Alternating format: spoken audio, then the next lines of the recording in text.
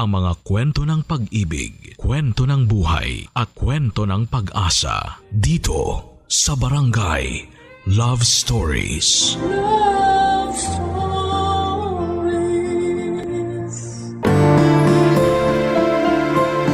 Ang hirap ng buhay ay isang topic na marami sa atin ang nakaka-relate. Ang buhay ay isang walang katapusang pakikibaka laban sa kahirapan at mga pagsubok na patuloy na sumusubok sa ating katatagan.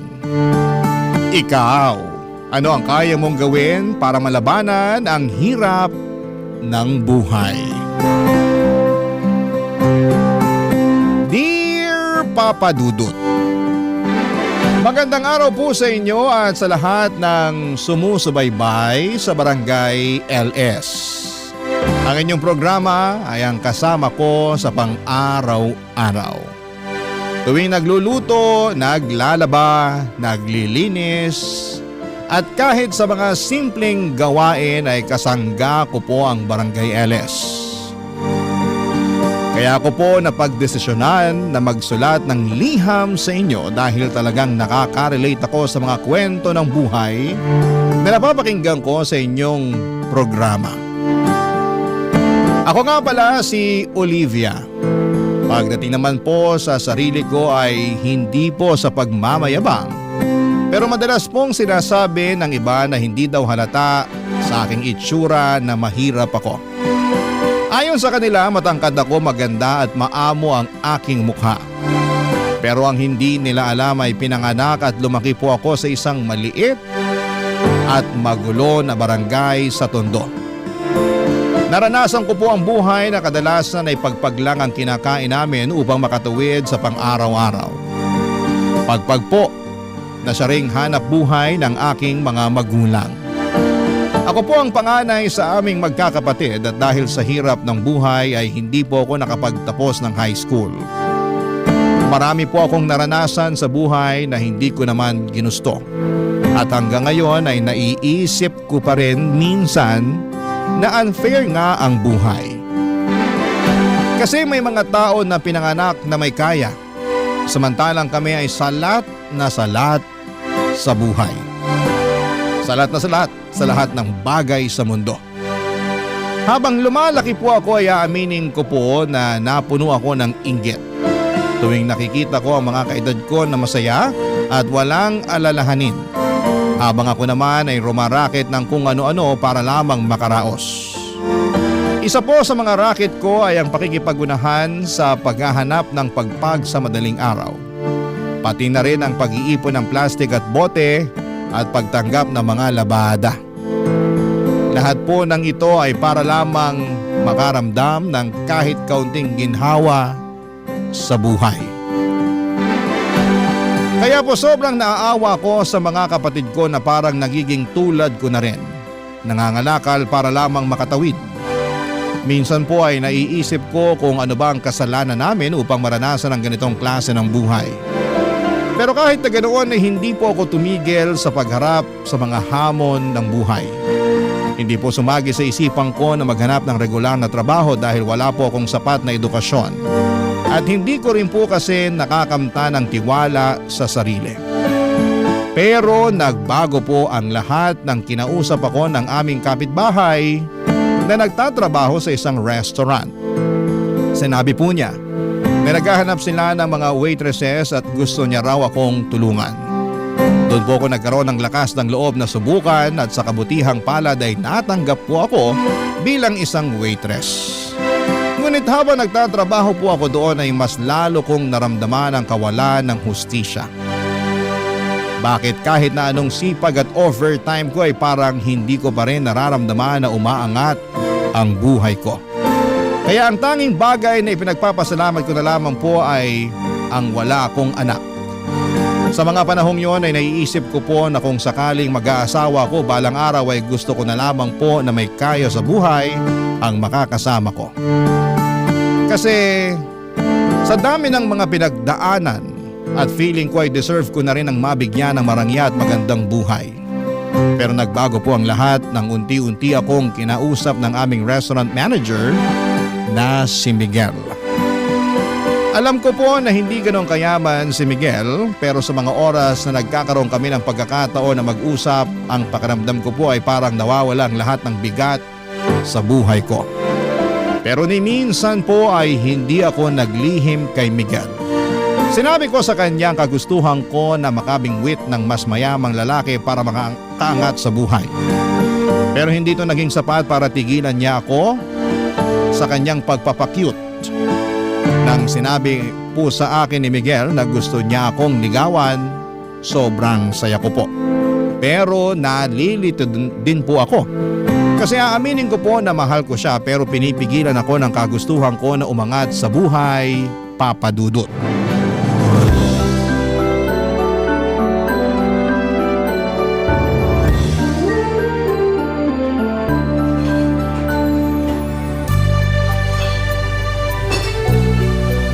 Okay guys, 4 minutes na lang at magsasara na tayo. Linisin nyo na ang mga kailangan linisin para makauwi na tayo. Olivia, sandali lang. Pwede ba kitang makausap? Oo naman sir, ano pong kailangan nyo? Ano ka ba? Sinabi ko na naman sa'yo na tigil-tigilan mo nang kakatawag sa akin ng sir. Miguel na lang. Pero boss kita eh.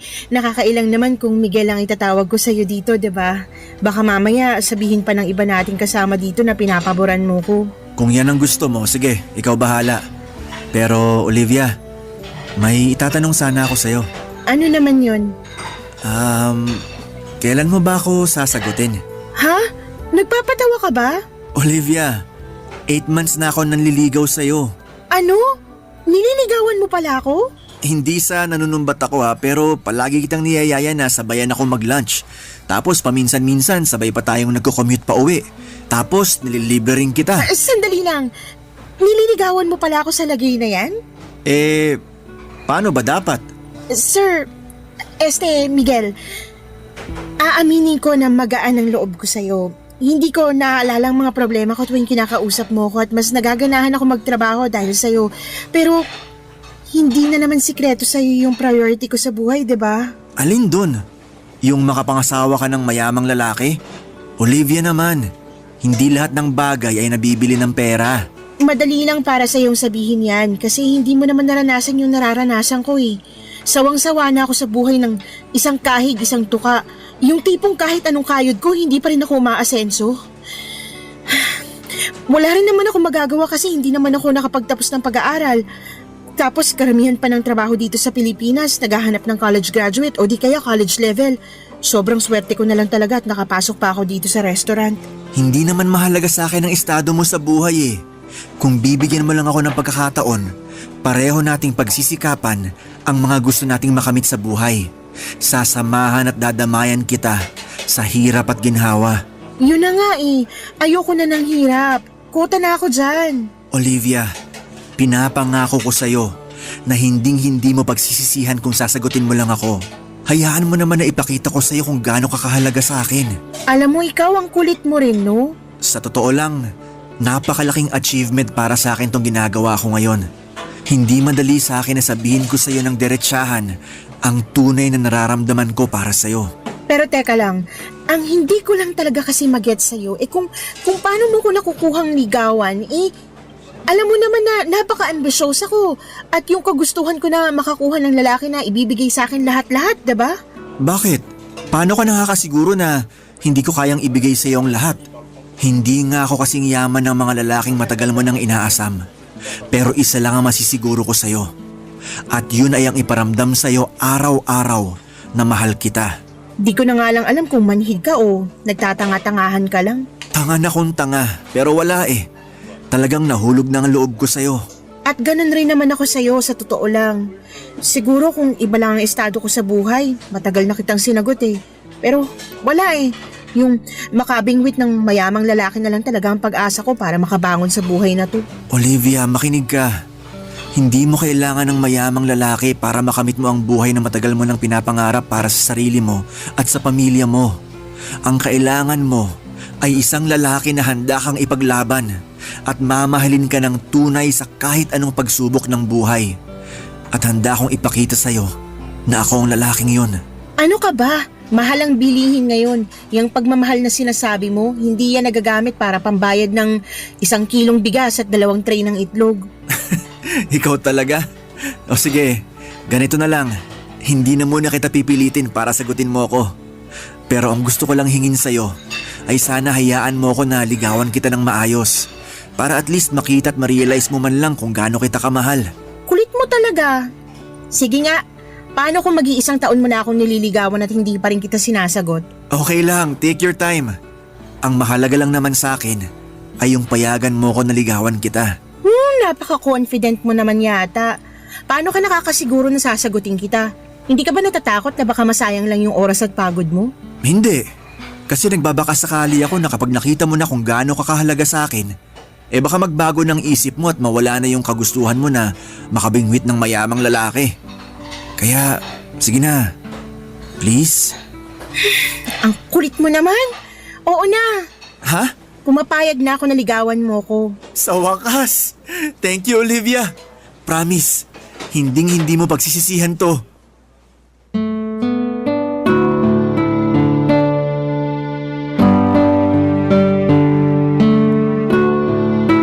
Sobrang kulit ni Miguel noong araw na yon, Papa Dudut. Ewan ko ba sa kanya, harap-harapan ko na ngang sinabi sa kanya na gusto kong mag-asawa ng mayamang lalaki pero hindi pa rin niya ako tinantanan. Siguro'y nagbabaka sakali siya na habang nililigawan niya ako ay magbabago ang isip ko. At hindi siya nagkamali kasi pagkatapos ng 6 months na panliligaw ay sinagot ko na siya. Ewan ko ba? Parang iba talaga ang damdamin kapag puso na ang usapan. Kasi palaging kinokontra ng puso ang mga plano ng utak mo. Pero kahit na ganoon, Papa Dudut, ay hinding-hindi ko pinagsisihan ang desisyon ko na sagutin si Miguel. Kasi tinupad niya lahat ng pangako niya sa akin. Naramdaman ko talaga na mahal niya ako. Oo, hindi nga ganon kayaman si Miguel. Pero kahit na hindi siya mayaman ay hindi niya ako pinabayaan. Binibigyan niya ako ng pera kapag kailangan ko at kahit kami na, pakiramdam ko ay parang nililigawan niya pa rin ako. Ang sabi ko nga sa sarili ko noon na sobrang swerte ng kahit sinong babae na magkakaroon ng boyfriend na katulad ni Miguel. At sa mga panahong yon ay nasa akin ang swerte. Pagkatapos kong sagutin si Miguel ay nag-live-in kami. Si Miguel ay umuupa siya ng maliit na studio type apartment at aaminin ko. Kahit maliit lang yon.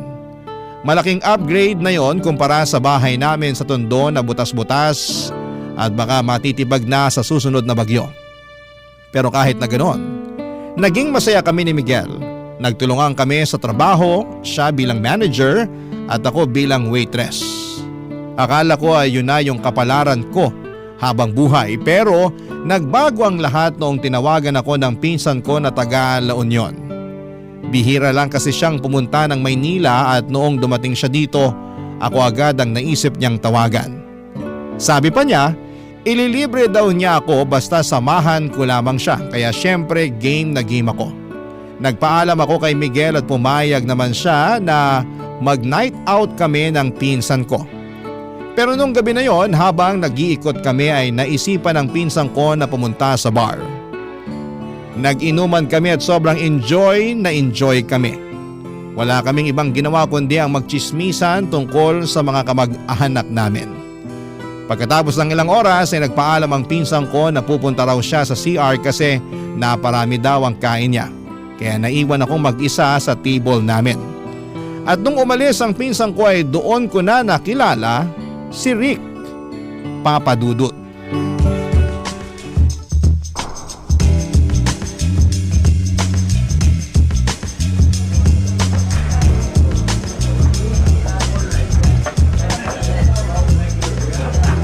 Hello, miss. Umalis na ba yung kasama mo? Ha? Sino ka? I'm sorry. Ako nga pala si Rick. Actually, kanina pa kita pinagmamasdan at gustong kausapin. Pero hindi nga lang ako makatsyempo kasi nandito yung kasama mo kanina. Pinsan ko yon, pumunta lang ng CR yon pero babalik din yun dito maya-maya. Teka lang, sino ka ba? Ba't mo ko kinakausap? Anong kailangan mo sa akin? Miss, relax ka lang.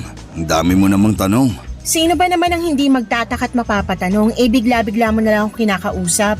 Wow, mas maganda ka pala sa malapitan. Layuan mo nga ako, hindi kita type. Hindi na ako magpapaligoy-ligoy pa. Nagagandahan ako sa'yo, tapos sobrang sexy mo pa. Tipo ko yung mga babaeng katulad mo. I'm sorry, pero may... Teka lang, ba't ba ako nag-i-explain sa'yo? Pag sinabi kong layuan mo ko, ganun lang kasimple yun. Matuto kang tumanggap ng rejection. Ang pangit-pangit mo pero ang lakas ng loob mo ha. Diyan ka na nga. 20,000 pesos. Ha? 20,000 pesos para makasama kita ng isang buong gabi. Ano akala mo sa akin, pok-pok? Aanhin ko naman yung 20,000 mo. Sa itsura mo pa lang mukhang may nakakahawa ka ng sakit. Wala akong balak na mag-staycation sa ospital kaya maiwan na kita dyan, okay? Wala akong nakakahawang sakit. Miss, paano kung sabihin ko sa'yo na gusto kitang maging sugar baby? Sugar ano? I see. Hindi mo alam ang ibig sabihin ng sugar baby. Ipapaliwanag ko sa'yo ng maayos. Bibigyan kita ng pera from time to time. Kumbaga parang allowance. As long as gagawin mo yung mga ipapagawa ko sa'yo. Hindi lang 20,000 ang kaya kong ibigay sa'yo. Basta gawin mo lang lahat ng gusto ko. Teka lang. Kung sakasakali, ano naman yung ipapagawa mo sa akin? Anong kapalit? Sasamahan mo ako sa mga lakad ko at yun lang yun. No more, no less. Magpapasama ka sa mga lakad mo? Baka yayang hinahanap mo o di kaya caregiver. Hindi ganun yun. Pag sinabi kong lakad, I mean magda-date at magbabakasyon tayo paminsan-minsan. Kaya kitang dalhin kahit saan mo gusto. Cebu, Boracay, Siargao, Batanes, Palawan. Ikaw bahala. Pero mangyayari lang yun kung papayag kang maging sugar baby ko. Sandali nga lang, hindi ka ba nabibigla sa inaalok mo sa akin? Hindi ba parang sobra-sobra naman yata yan? Hindi ka naman mukhang mayaman. Niloloko mo lang yata ako eh. Tatapatin na kita, scam ba to? Hindi na ako nagtatrabaho. Tumatanggap na lang ako ng pera galing sa mga negosyo at pensyon ko. At kadalasan, nababagot ako sa bahay. Sa totoo lang, matagal ko na talagang balak maghanap ng sugar baby. And for the first time, nakahanap ako ng babaeng type ko. At ikaw yun. Kung ganon, sige na, pumapayag na ako. At sorry din sa mga nasabi ko kanina. Mabuti naman kung ganon. Pero may isa akong kondisyon. Ayoko na may boyfriend. So sabihin mo na sa akin ang totoo habang maaga pa. May boyfriend ka na ba? Wala akong boyfriend. Sigurado ka? Promise, wala. Oo, aamin ako. May mga nanliligaw sa akin pero hindi ko sinasagot. Mabuti naman kung ganon. Dahil ang ayoko sa lahat yung may kasintahan. Gusto ko nasa akin lang ang lahat ng atensyon mo. Ayoko ng kahati. Nagkakaintindihan ba tayo? Oo, naiintindihan ko. Pero matanong din kita, may asawa ka na ba? Wala. Matagal nang patay ang asawa ko. Hindi mo pa pala sinasabi sa akin pangalan mo. Ako si Olivia. Kasing ganda ng mukha mo yung pangalan mo. Bagay na bagay sa'yo. Thank you. Nga pala. Ayan. Nakasulat sa papel na yan ang number ko. I-save mo yan. Sige, ako na bahala. Pero may ipapakiusap sana ako sa'yo. Ano? Okay lang ba kung umalis ka na muna rito? Baka maabutan pa tayo ng pinsan ko eh. Sige, pagbibigyan kita sa ngayon. Pero next time, ako na ang masusunod, ha? Oo na. Antayin mo na lang yung text ko mamaya. Parang awa mo na, umalis ka na muna. Doon ka na. Pagkatapos naming mag-inuman, ang pinsan ko ay hinatid ko na siya sa maliit na kwarto na inuupahan niya ng ilang araw. Medyo lasing na siya ng mga oras na yon at ayokong may masamang mangyari sa kanya.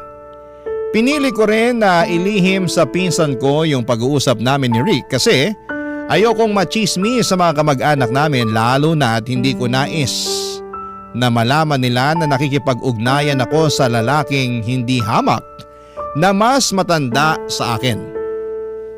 May tiwala naman ako sa pinsan ko pero mas mabuti na yung siguradong walang isyo o problema. Pagkatapos kong hinatid ang pinsan ko ay tinext ko kaagad si Rick at tinawagan siya. Sinundo niya ako at pumunta kami sa isang mamahaling hotel kung saan kami nagtalik. Pagkatapos noon ay binigyan niya ako ng malaking halaga ng pera. Alam ko, sinabi ko noon na matagal ko ng pangarap na magkaroon ng mayamang lalaki na magbibigay sa akin ng mga bagay na gusto ko. Pero hindi ko rin akalain na ganito pala ang pakiramdam. Mahirap pala yung pakiramdam ng pinipilit mong makisama sa isang tao kung wala ka naman talagang nararamdaman para sa kanya. Nasilaw ako sa pera. Kasi sa unang pagkakataon ay nabibili ko na mga bagay na matagal ko nang inaasam. At nakakapagpadala na rin ako ng malaking pera sa mga kapatid at magulang ko at unti-unti ko na rin napapaayos yung bahay namin sa Tondo. Pero sobra akong nakonsensya dahil pinili kong itago ang lahat ng ito kay Miguel. Mahal ko po si Miguel. Pero kay Rick ko nahanap yung marangyang buhay at pera na matagal ko nang pinapangarap. Kung pwede lang sana na iisang tao na lamang si Miguel at si Rick na mga panahon na yon, baka hindi na ako nahirapan pa, Papa Dudut. Barangay Love Stories. Barangay Love Stories. Habang tumatagal ay mas lalong naging agresibo si Rick sa akin. Parang gusto niya lahat ng mga pinapagawa niya sa akin ay natutupad kaagad. At kapag hindi ko nagagawa yung mga gusto niya ay nagagalit siya. At paminsan-minsan ay umaabot na siya sa punto ng pananakit. Nasampal na niya ako ng 3 beses pero tinitiis ko yon at hindi ko na inisip ang pisikal na sakit dahil sa malaking halaga na natatanggap ko sa kanya. Wala pong kaalam-alam si Miguel na patuloy ko pa ring pinagsasabay ang pagiging jowa niya at pagiging sugar baby ko kay Rick. Ang hirap na hatiin ang sarili ko sa 2 tao. Si Miguel mabait pa rin siya sa akin as usual at habang tumatagal ay mas lalo akong nahuhulog sa kanya. Wala akong problema sa kanya at talagang ramdam ko ang pagmamahal niya sa akin. Pero itong si Rick, siya yung sobrang nakakainis na at nakakasakal. Para bang hindi ko na siya kayang respetuhin dahil sa ugali niyang hindi na maipaliwanag. Mayaman nga siya pero mabilis magalit. Sa totoo lang, yung gwapo lang sa kanya ay yung wallet niya lang. Yung mukha at ugali niya parehong pangit. Pero sa kabila ng lahat ng yon ay pinagtiisan ko siya dahil nagagawa ko ang mga bagay na gusto kong gawin ng dahil sa perang ibinibigay niya. Pero paminsan-minsan ay nawawalan ako ng gana na replyan si Rick kaya't hindi na rin nakapagtataka na nagagalit siya. Pero isang araw ay umuwi ako kaagad pagkatapos ng shift ko habang si Miguel naman ay nag-overtime. At pagka-uwi ni Miguel sa apartment namin nawindang ako sa nakita ko. Puno ng pasa ang mukha ni Miguel. Ang takot at guilt na naramdaman ko ay hindi ko kayang ilarawan. Dito ko lang na-realize kung gaano kalaki yung problemang ginawa ko nung ikinuwento na sa akin ni Miguel ang lahat-lahat, Papa Dudut.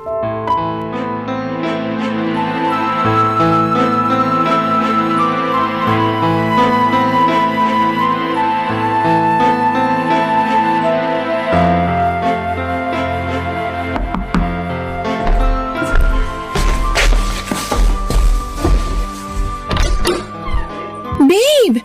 Diyos ko! Na paano yung mukha mo? Sino may gawa nito sa'yo, ha? Olivia, sabihin mo nga sa akin ang totoo. May iba ka pa bang kinakasama? Wala! Ano ka ba? Bakit mo naman naitanong yan?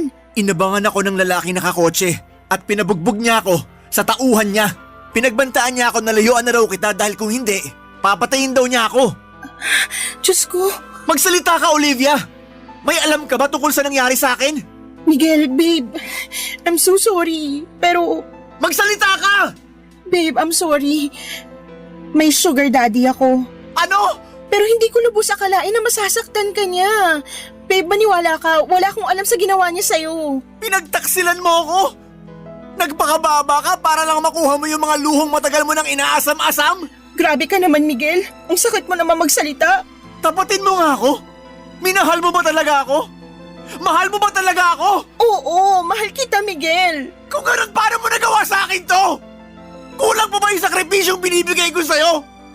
Kulang pa ba yung pagmamahal ko para sa'yo, ha? Wala akong nilihim sa'yo simulat sa pool, Miguel. Matagal mo nang alam yung kagustuhan kong umasenso man lang sa buhay. Oo, alam ko!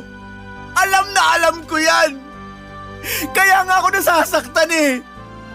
Kasi umasa ako na balang araw magiging sapatin sa'yo ang pagmamahal na binibigay ko.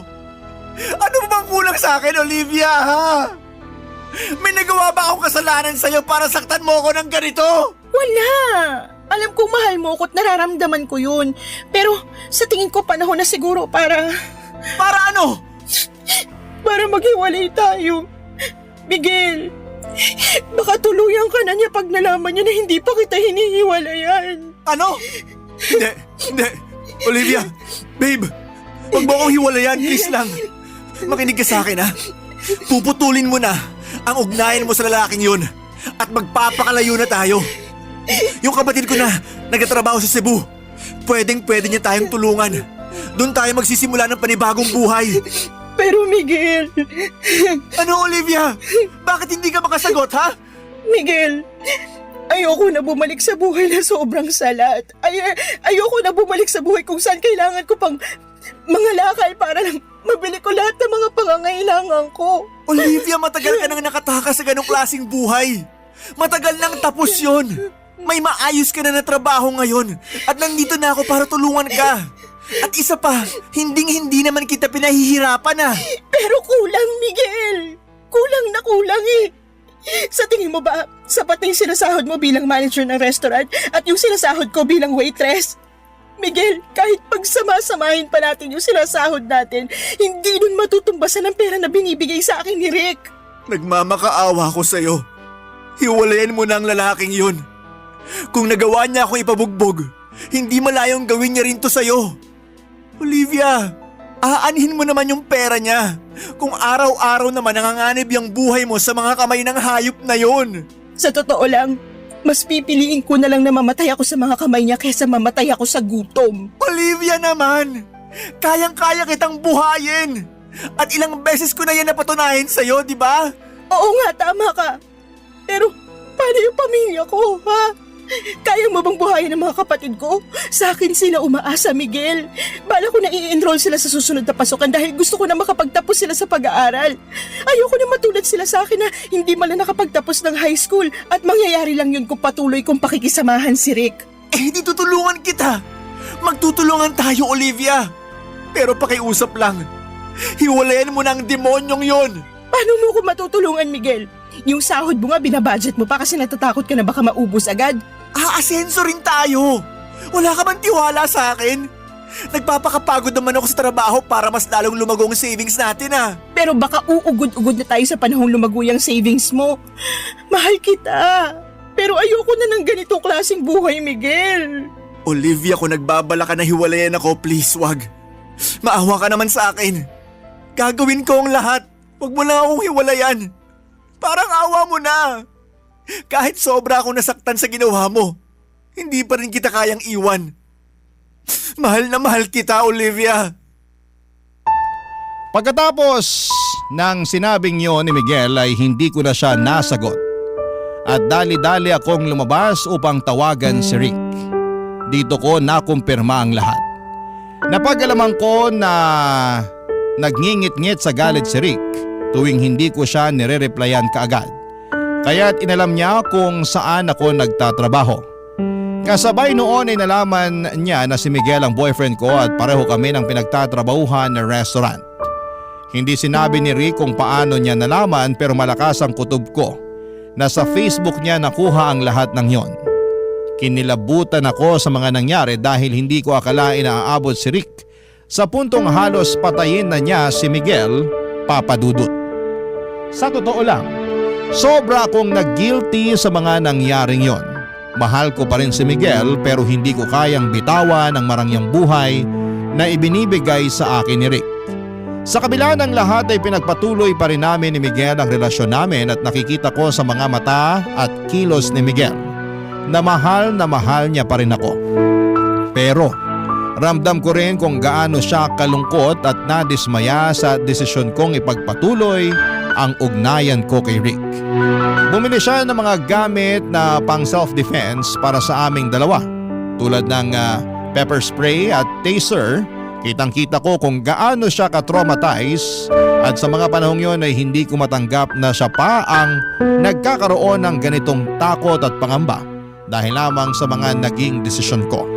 At sa takot ko na baka balikan ni Rick si Miguel ay nagsinungaling ako at sinabi ko kay Rick na hindi na ako makikipagkita kay Miguel at mukhang naniwala naman siya.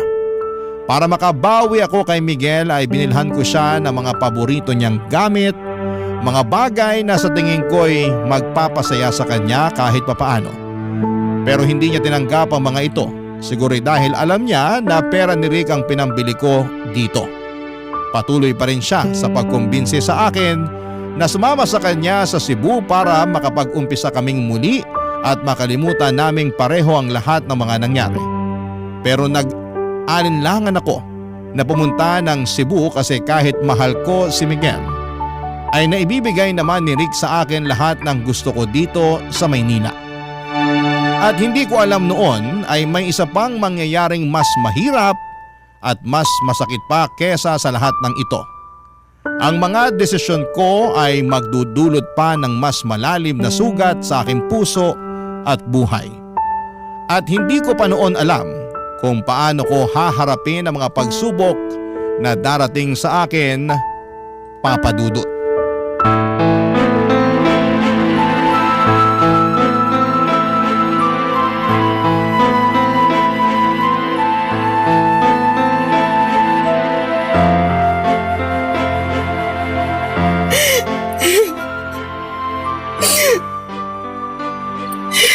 Olivia, babe, bakit ka umiiyak? Sinaktan ka ba ng hayop na Rick na yon? Sabihin mo lang sa akin at hindi na ako magdadalawang isip na sugurin siya. Oo, aaminin ko na takot ako sa kanya kasi mayaman siya at pwedeng-pwede niya ako ipatumba kung gugustuhin niya. Pero hindi na ngayon. Kaya ko gawin ang lahat para sa iyo, babe. Hindi na ako magpapasindak sa kanya. Hindi ganun yun. Kung ganon, ba't ka umiiyak, ha? Tingnan mo tong pregnancy test. Buntis ako. Teka lang, paano naman mangyayari yun eh? Palagi naman tayong gumagamit ng proteksyon. Olivia, hindi. Hindi! Sabihin mo sa akin na hindi totoo yan! Miguel, babe, I'm sorry. Pero kasalanan to ni Rick eh. Nagagalit siya at sinasaktan niya ako kapag hindi ko sinusunod yung gusto niya tuwing nagtatalik kami sa kama. Olivia naman! I'm sorry. I'm so sorry. Babe, makinig ka sa akin. Itutuloy na natin to. Pupunta na tayo ng Cebu sa Makalawa. Doon na tayo magsisimula ng bagong buhay kasama ang batang yan. Ako ang tatayong ama niya, naintindihan mo? Hindi ako makakapahayag na lumaki ang batang yan sa piling ng tatay niyang hayop. Kinausap ko na ang kapatid ko at handa siyang tumulong para makapagsimula tayo ulit. Miguel, anong alam natin sa pagpapalaki ng bata? Hindi natin kakayanin to. Paano natin bubuhayin ang batang to? Malulubog lang tayo sa utang. So ano gusto mong gawin? Ipaako sa Rick na yon ang batang yan? May kaya si Rick. Kayang-kaya niyang buhayin ang batang to. At isa pa, kahargo at responsibilidad niya rin ang batang to. Mabibigyan niya ang anak ko ng buhay na kahit kailan, hindi natin mabibigay sa kanya. Teka lang, bakit nararamdaman ko na parang gusto mo nang sumama sa lalaking yon, ha? Miguel, kung hindi lang dahil sa batang to, hindi kita iiwan eh. Olivia, hindi. Huwag mong gawin sa akin to. Babe, ilang beses ko ba ipapaalala sa'yo na hiwalayin mo na ang lalaking yon? Hindi mo ba nakikita na unti-unti niya nang sinisira ang buhay mo? Hindi ka nga namumulubi pero hawak ka naman sa leeg ng lalaking yon. Napapaigot ka na niya sa mga palad niya. Gagawin ko lahat para sa anak ko, Miguel. Ayokong lumaki ang anak ko sa hirap. Pero babe, sasaktan ka lang ng lalaking yon. Matagal ko nang tinitiis ang pakikipagkita mo sa lalaking yun dahil mahal na mahal kita. Pero hindi naman pwede na habang buhay tayo ganito. Na habang buhay ka magpapakaalila sa hayop na yon. Magkaroon ka man lang sana ng konting respeto para sa sarili mo, Olivia. Alam ko kung anong ginagawa ko, hindi ako tanga. Alam ko kung anong nakukuha ko kay Rick, okay? Ano? Pera! magandang buhay para sa pamilya ko at respeto ng mga tao na dati akong tinatapak-tapakan dahil walang-wala kami. Respeto? Oo, Miguel, respeto. Respeto sa'yo? O sa pera mo? Alam mo, Miguel, kung ikaw gusto mo maging mahirap habang buhay, gawin mo. Magiging masaya pa ako para sa'yo at hindi kita pipigilan. Pero eto lang ang ipapaalala ko sa'yo, ha. Wala kang karapatang husgahan ako kung gusto kong yumaman. Oo, Olivia. Hindi nga ako kasing yaman ni Rick. Pero kahit kailan, hindi ko ibebenta ang pagkatao ko. Ang kapal ng mukha mo. Alam mo kung anong problema mo? Hindi mo na alam ang ibig sabihin ng totoong pagmamahal. Dahil puro pera na lang ang nasa utak mo. Tapatin mo nga ako, Olivia. Totoong masaya ka ba talaga, ha? Oo, masaya ako. Mayaman na ako. Nabibili ko na lahat ng gusto ko. Pero hindi nabibili ang tunay na pagmamahal. Ang pagmamahal na patuloy mong binabaliwala dahil lang sa ambisyon mo na magkaroon ng limpak-limpak na pera. Sino bang may sabi sa'yo na gusto ko ng pagmamahal? Buwisit na buhay to. Alam ng Diyos na ginawa ko ang lahat para sa'yo, Olivia. Kailan pa ba ako magiging sapat sa'yo, ha? Ano ba talagang gusto mo mangyari? Hindi ko na alam. Ewan ko. Naguguluhan na ako. Pwes ako alam ko. Dahil mahal na mahal kita. Olivia, babe. Sumama ka na sa akin papuntang Cebu. Please lang. Nagmamakaawa ko sa'yo. Gawin mo to para sa akin. Para sa sarili mo. At para sa magiging anak natin. Handa akong ituring ang batang yan na parang anak ko na rin. Basta sumama ka na lang sa akin, please. Miguel, kung hindi ako lalayo, patuloy lang kitang mamahalin. At alam ko na masasaktan lang ako, masasaktan lang tayo. Kasi wala sa'yo yung buhay na gusto kong makamit eh. Olivia. Wala nang patutunguhan to. Tigilan na natin to, Miguel. Aalis na kami ng anak ko bukas ng umaga. Buo ng desisyon ko at wala ka nang magagawa doon. Papadudot aminin ko po na sobra kong nasaktan sa naging desisyon ko na hiwalayan si Miguel. At kahit na mahal ko siya sa palagay ko, ang dahilan kung bakit natiis ko at nagawa ko pa rin siyang iwanan ay dahil sa trauma.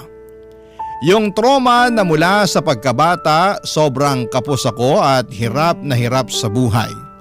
Yung trauma na kapag wala kang pera ay lalait-laiting ka at tatapak-tapakan ka ng mga tao ng paulit-ulit. Yung trauma na palagi mong ipinagdarasal na sana ay hindi tumirik ang mga mata mo sa gutom. Na sana kahit papaano ay may makain ka. Yung trauma na hindi ka na nandidiri sa pagpag dahil eto na ang nakasanayan mong kainin.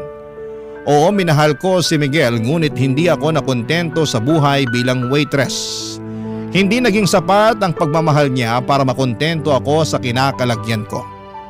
Siguro kung naging kasing yaman lang ni Miguel si Rick ay hindi ko na siya nagawang hiwalayan pa. Pero wala eh. Hindi sapat ang kinikita ni Miguel bilang manager ng isang restaurant para mabigyan ako ng maginhawang buhay. At ako naman ay pagod na sa pagiging silbidora. Kung sakali man na sasama ko kay Miguel papunta ng Cebu ay ganon pa rin ang mangyayari. Kakailanganin ko pa rin na magtrabaho para lamang matustusan ang pang-araw-araw namin lalo na ngayon na may anak na ako. Siguro po noong gabing hiniwalayan ko siya ay sobra akong nataranta dahil napag-alaman kong buntis ako. Sobrang daming tanong ang bumabagabag sa isipan ko ng mga panahong yon. Ang paulit-ulit na tumatakbo sa isip ko noong mga panahong yon ay kung paano ko mabibigyan ng magandang buhay ang magiging anak ko. Ang nasa isip ko lang noon ay bahala na kung saktan ako ni Rick. Basta maging maayos lang ang buhay ng anak ko. Ayokong ipalaglag ang bata at mas lalong ayoko na mabuhay siya na nakakaranas ng hirap na naranasan ko. Ayoko siyang lumaking salat sa buhay. Yan po ang naging dahilan kung bakit nagawa kong iwan si Miguel. Noong madaling araw po ay tahimik akong lumabas ng apartment ni Miguel, dala ang isang malaking maleta at tinawagan ko si Rick. Sinabi sa akin ni Rick na may kondo siya sa Taguig at doon ko raw siya i-meet. Nang mga oras na yon ay hindi na ako nagdalawang isip pa. naglaho ako na parang bula sa buhay ni Miguel. Pinanindigan ko na ang desisyon kong tuluyan na siyang iwanan at sumama kay Rick. Sa mga sandaling yon ay hindi ko alam kung ano ang magiging kinabukasan ko.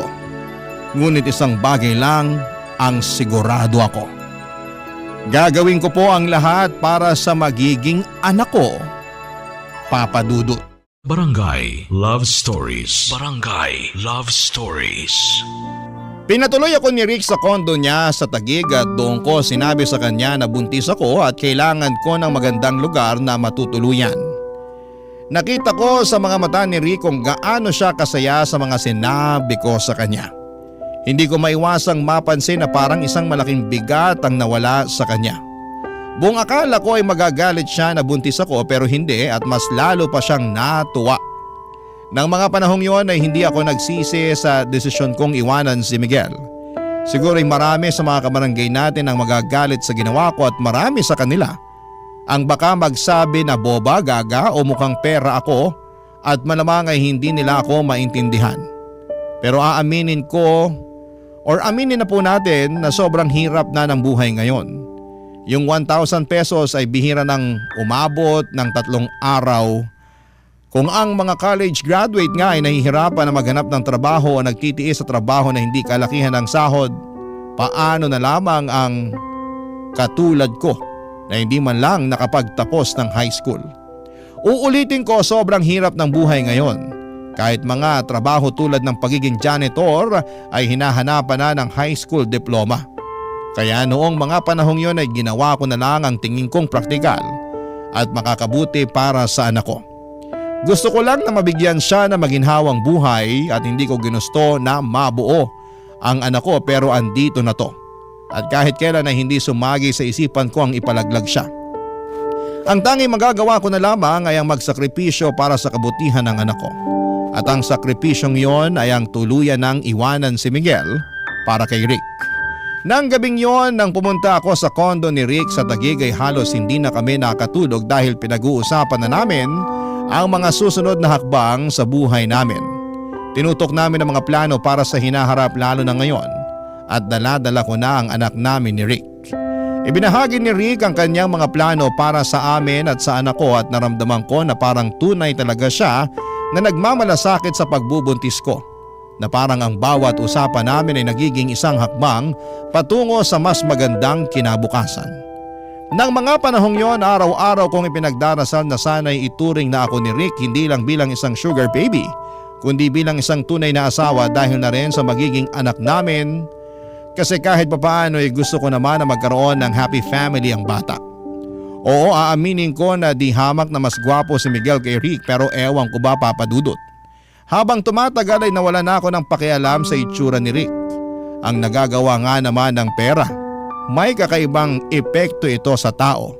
Sa puntong hindi mo na alam kung ano ang totoo at kung ano ang tama.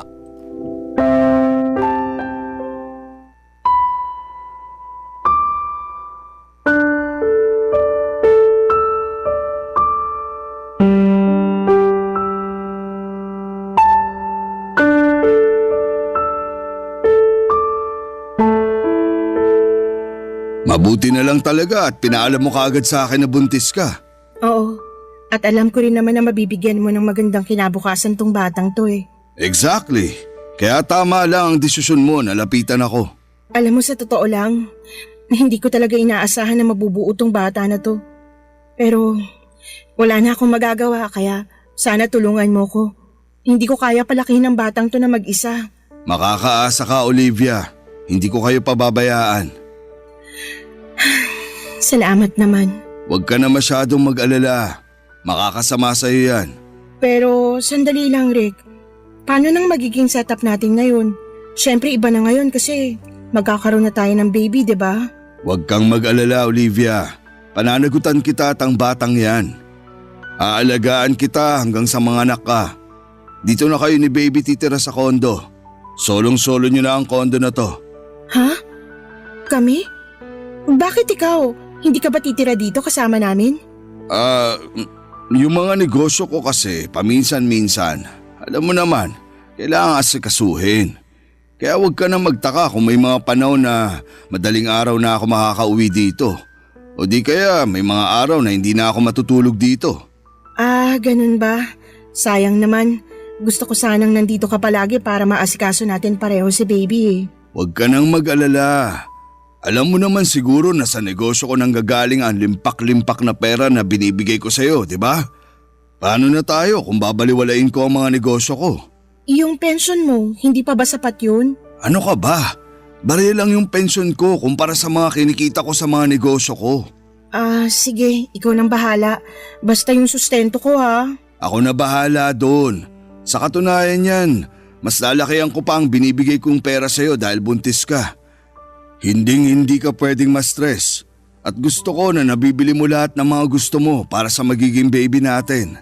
At syempre, para na rin sa sarili mo. The best ka talaga. Pero sandali lang. Sigurado ka ba na hindi na kayo nagkikita ng Miguel na yon? Ha? Bakit mo naman naitanong yan? Naninigurado lang.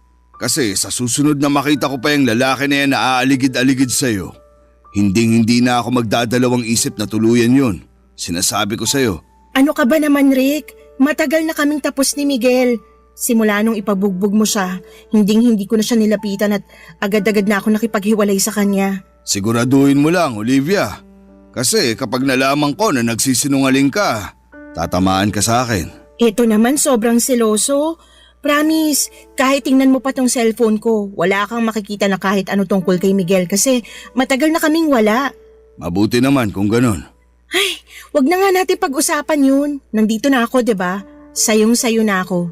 Tulad ng matagal mo nang gusto. Teka lang, saan ka nga pala tumutuloy nung naghiwalay kayo ng Miguel na yon? Pinapangako ko sa'yo, Olivia. Tatamaan kayo pareho ng lalaking yun sa akin kapag nalaman ko na niloloko mo lang ako. Ano ka ba? Oo sige, aaminin ko. Kay Miguel ako tumitira nung kami pa. Pero nung naghiwalay na kami, doon na ako sa pinsan ko sa Novaliches nakikitira. Siguraduhin mo lang na totoo yung mga sinasabi mo. Dahil ang ayoko sa lahat, yung pinaglalaruan ako.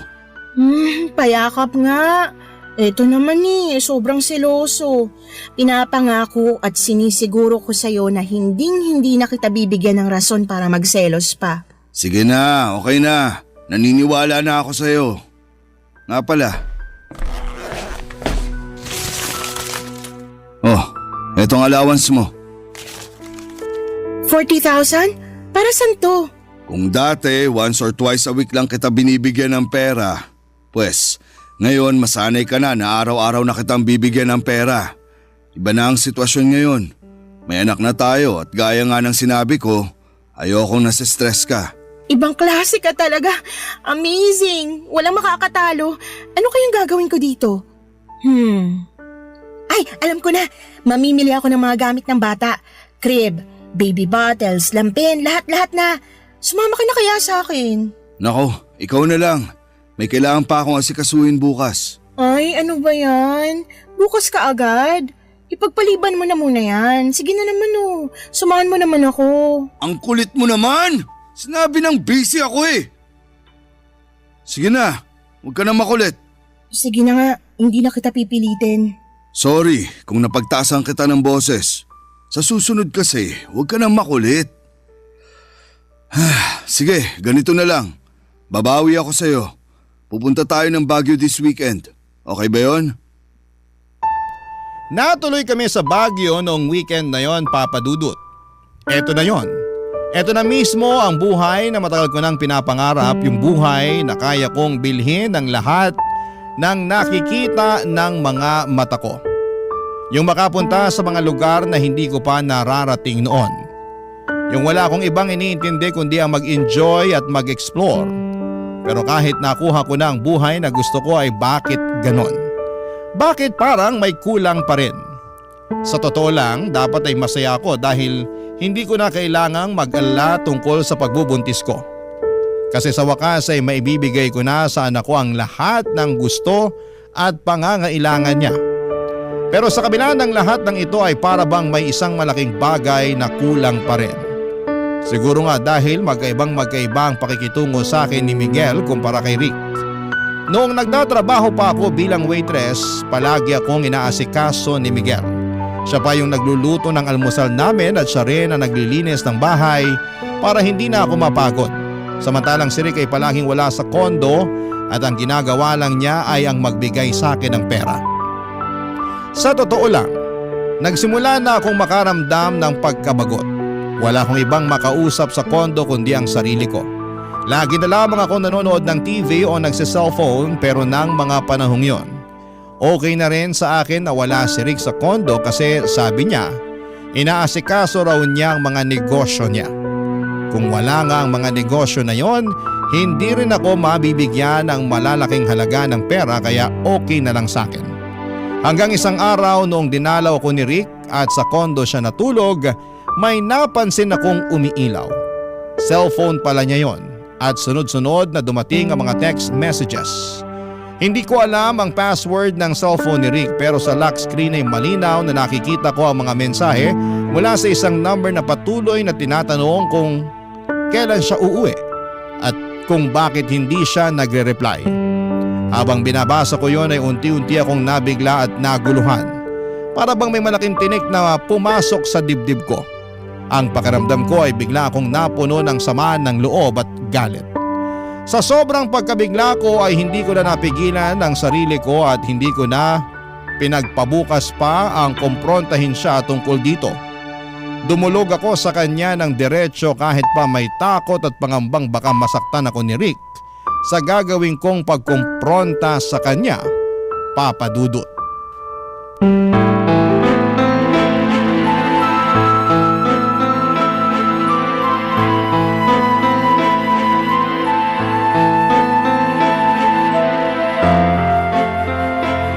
Rick!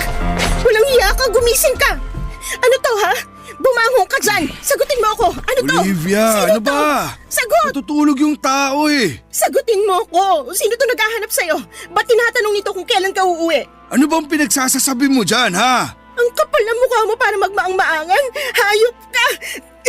Hoy, ba't mo binato ang cellphone ko, ha? Kung sa'yo ko kaya ibato yan nang matigil ka. Diyos ko, kaya pala palagi kang wala dito sa kondo. Hindi negosyong inaatupag mo, kundi ang paghahanap mo ng sugar baby. Hindi ka na nagbago. Ilan na ba kaming sugar baby mo, ha? 3, 5, 8? Huwag kang gumawa ng kwento. Wala akong sugar baby. Anong wala? Kitang-kita ko sa cellphone mo lahat ng kailangan kong malaman, Rick. Oo, siguro nga wala akong karapatan na magalit na ganito kasi bayaran mo lang naman ako simulat sa pool pa lang, di ba? Pero iba ng sitwasyon ngayon. May anak na tayo at pinangako mo sa akin na ibibigay mo sa amin ang buong pagmamahal at atensyon mo. Sinungaling ka! Taksil! Sobrang kati mo nga naman talaga. Matandang hukluban. Laitin mo pa ako ng isang beses. Sisiguraduhin ko na sa kalsada ka na pupulutin. Hayop ka! Sana hindi na ako nagpabunti sa'yo. Manahimik ka! Tumigil ka na sa kakadada mo! Buisit ka! Salot! Wala ka na talagang pag-asa magbagong matanda ka. Ang kati-kati mo! Tumahimik ka na! Asawa ko yung nakita mo nagte-text sa akin. Anong sinabi mo? Wala sana akong balak sabihin to sa'yo ngayon pero wala na akong magagawa kasi nagwawala ka na. Anong kailangan ko malaman, Rick? Sabihin mo sa akin. Ano? Matagal nang baog ang asawa ko at pareho kaming naghahanap ng anak. Ano ibig mo sabihin? Sinadya ko talaga na buntisin ka noon dahil matagal ko ng plano na kunin niyang bata sa'yo pagkapanganak mo. Hindi. Ayoko. Hindi mo makukuha sa akin ang bata. Hayop ka. Niloko mo ako. Pinlano mong lahat ng to. Wala kang kasing sama. Hoy Olivia, pareho lang tayo. Ginamit mo lang rin ako dahil sa pera ko.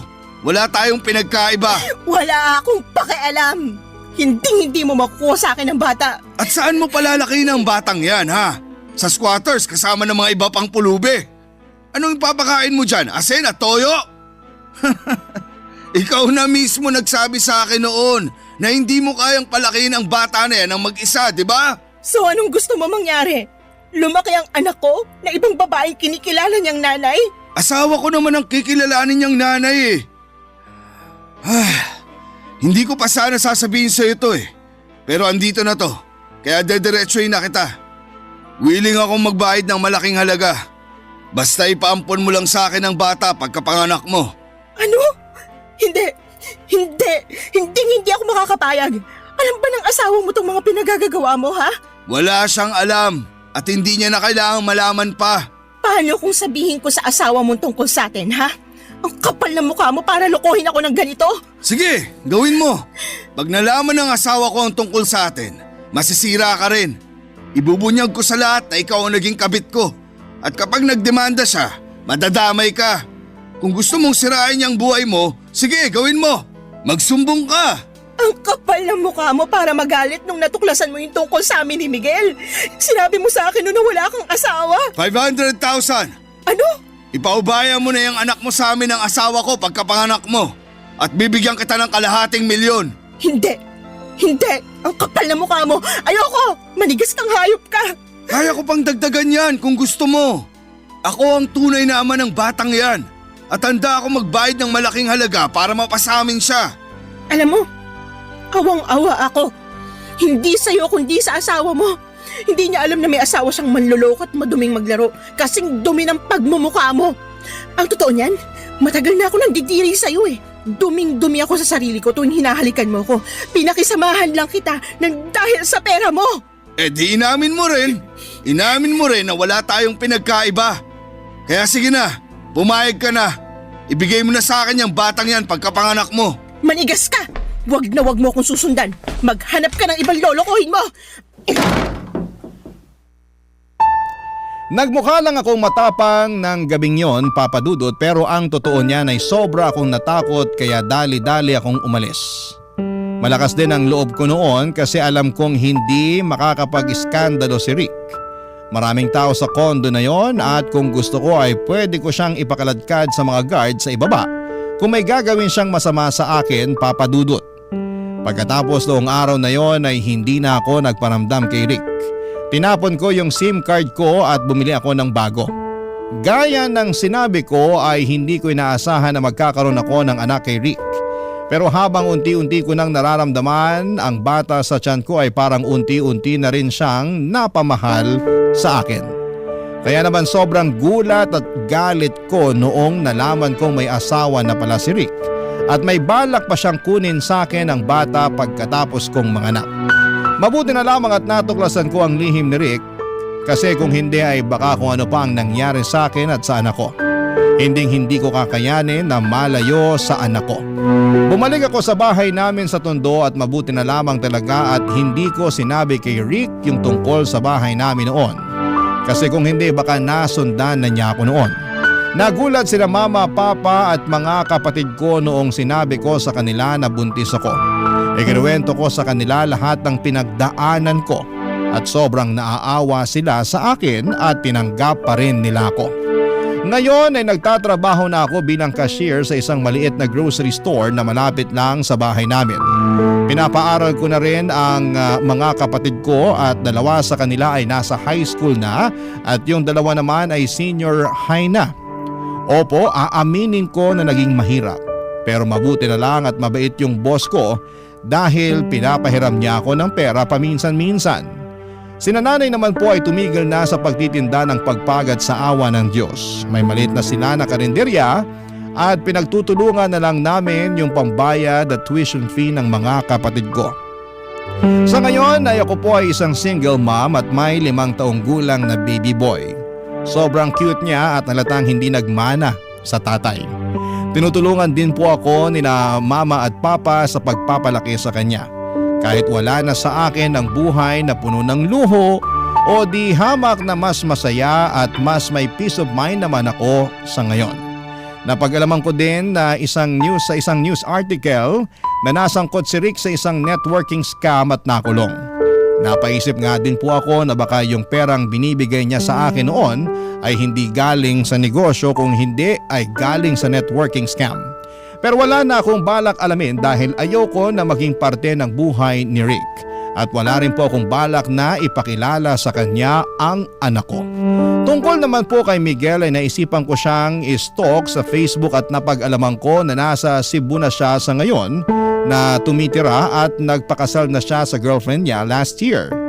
Naiiyak ako ng sobra noong nalaman ko yon.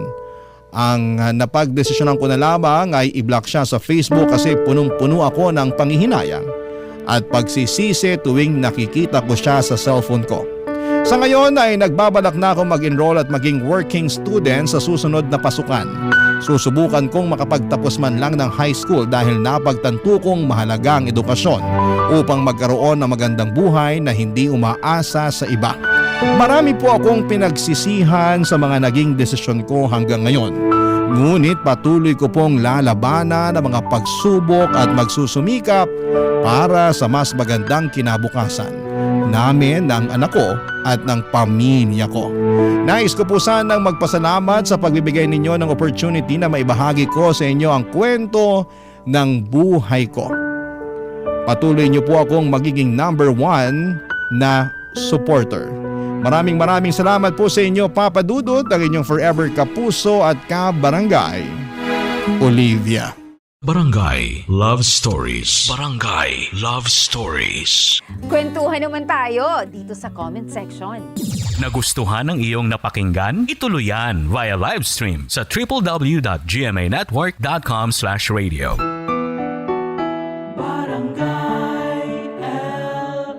In Mega Manila, 97.1. Forever!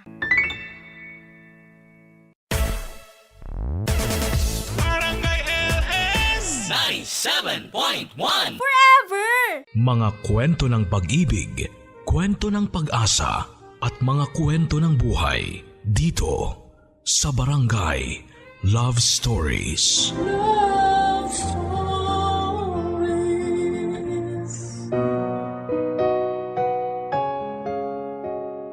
Ang sabi ng mga matatanda, huwag tayo kaagad magtiwala sa mga tao na ngayon lang natin nakita. Kaya lang dahil sa labis nating kapusukan at karupukan, marami tayong mga bagay na hindi na isinasaalang-alang. Ikaw kapuso, naranasan mo na bang mabiktima ng mga maling tao? Lahat tayo ay naghahangad na makatagpo ng isang tao na mamahalin at makakasama natin habang buhay. Kaya nga merong iba sa atin na handang sumugal para lamang makamit ang kagustuhan nilang ito. At hindi rin naman yon masama. Ganyan ang karanasan na nais ibahagi sa atin ng ating letter sender na si Vina. Simple lang naman ang pangarap niya. Yon ay ang mahalin ng lalaking gusto niya at bumuo ng masayang pamilya kasama ito. Kaya lang ay sinong mag-aakala na ang lahat ay mauuwi pala sa isang bangungot at malungkot na pagtatapos. Handa ka na bang makarelate sa kanya? Alamin natin yan sa mga kwento ng pag-ibig, buhay at pag-asa sa nangungunang Barangay Love Stories.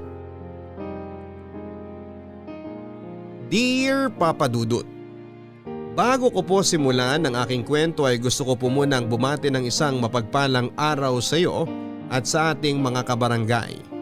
Ako po si Vina, 35 years old at nagtatrabaho bilang isang parlulista noon.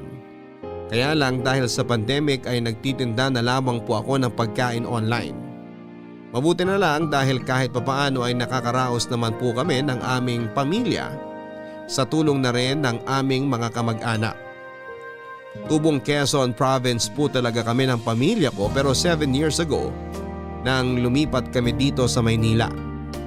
Papadudot, ang storyang nais ko pong ibahagi sa inyo ay nangyari 10 taon nang nakakalipas.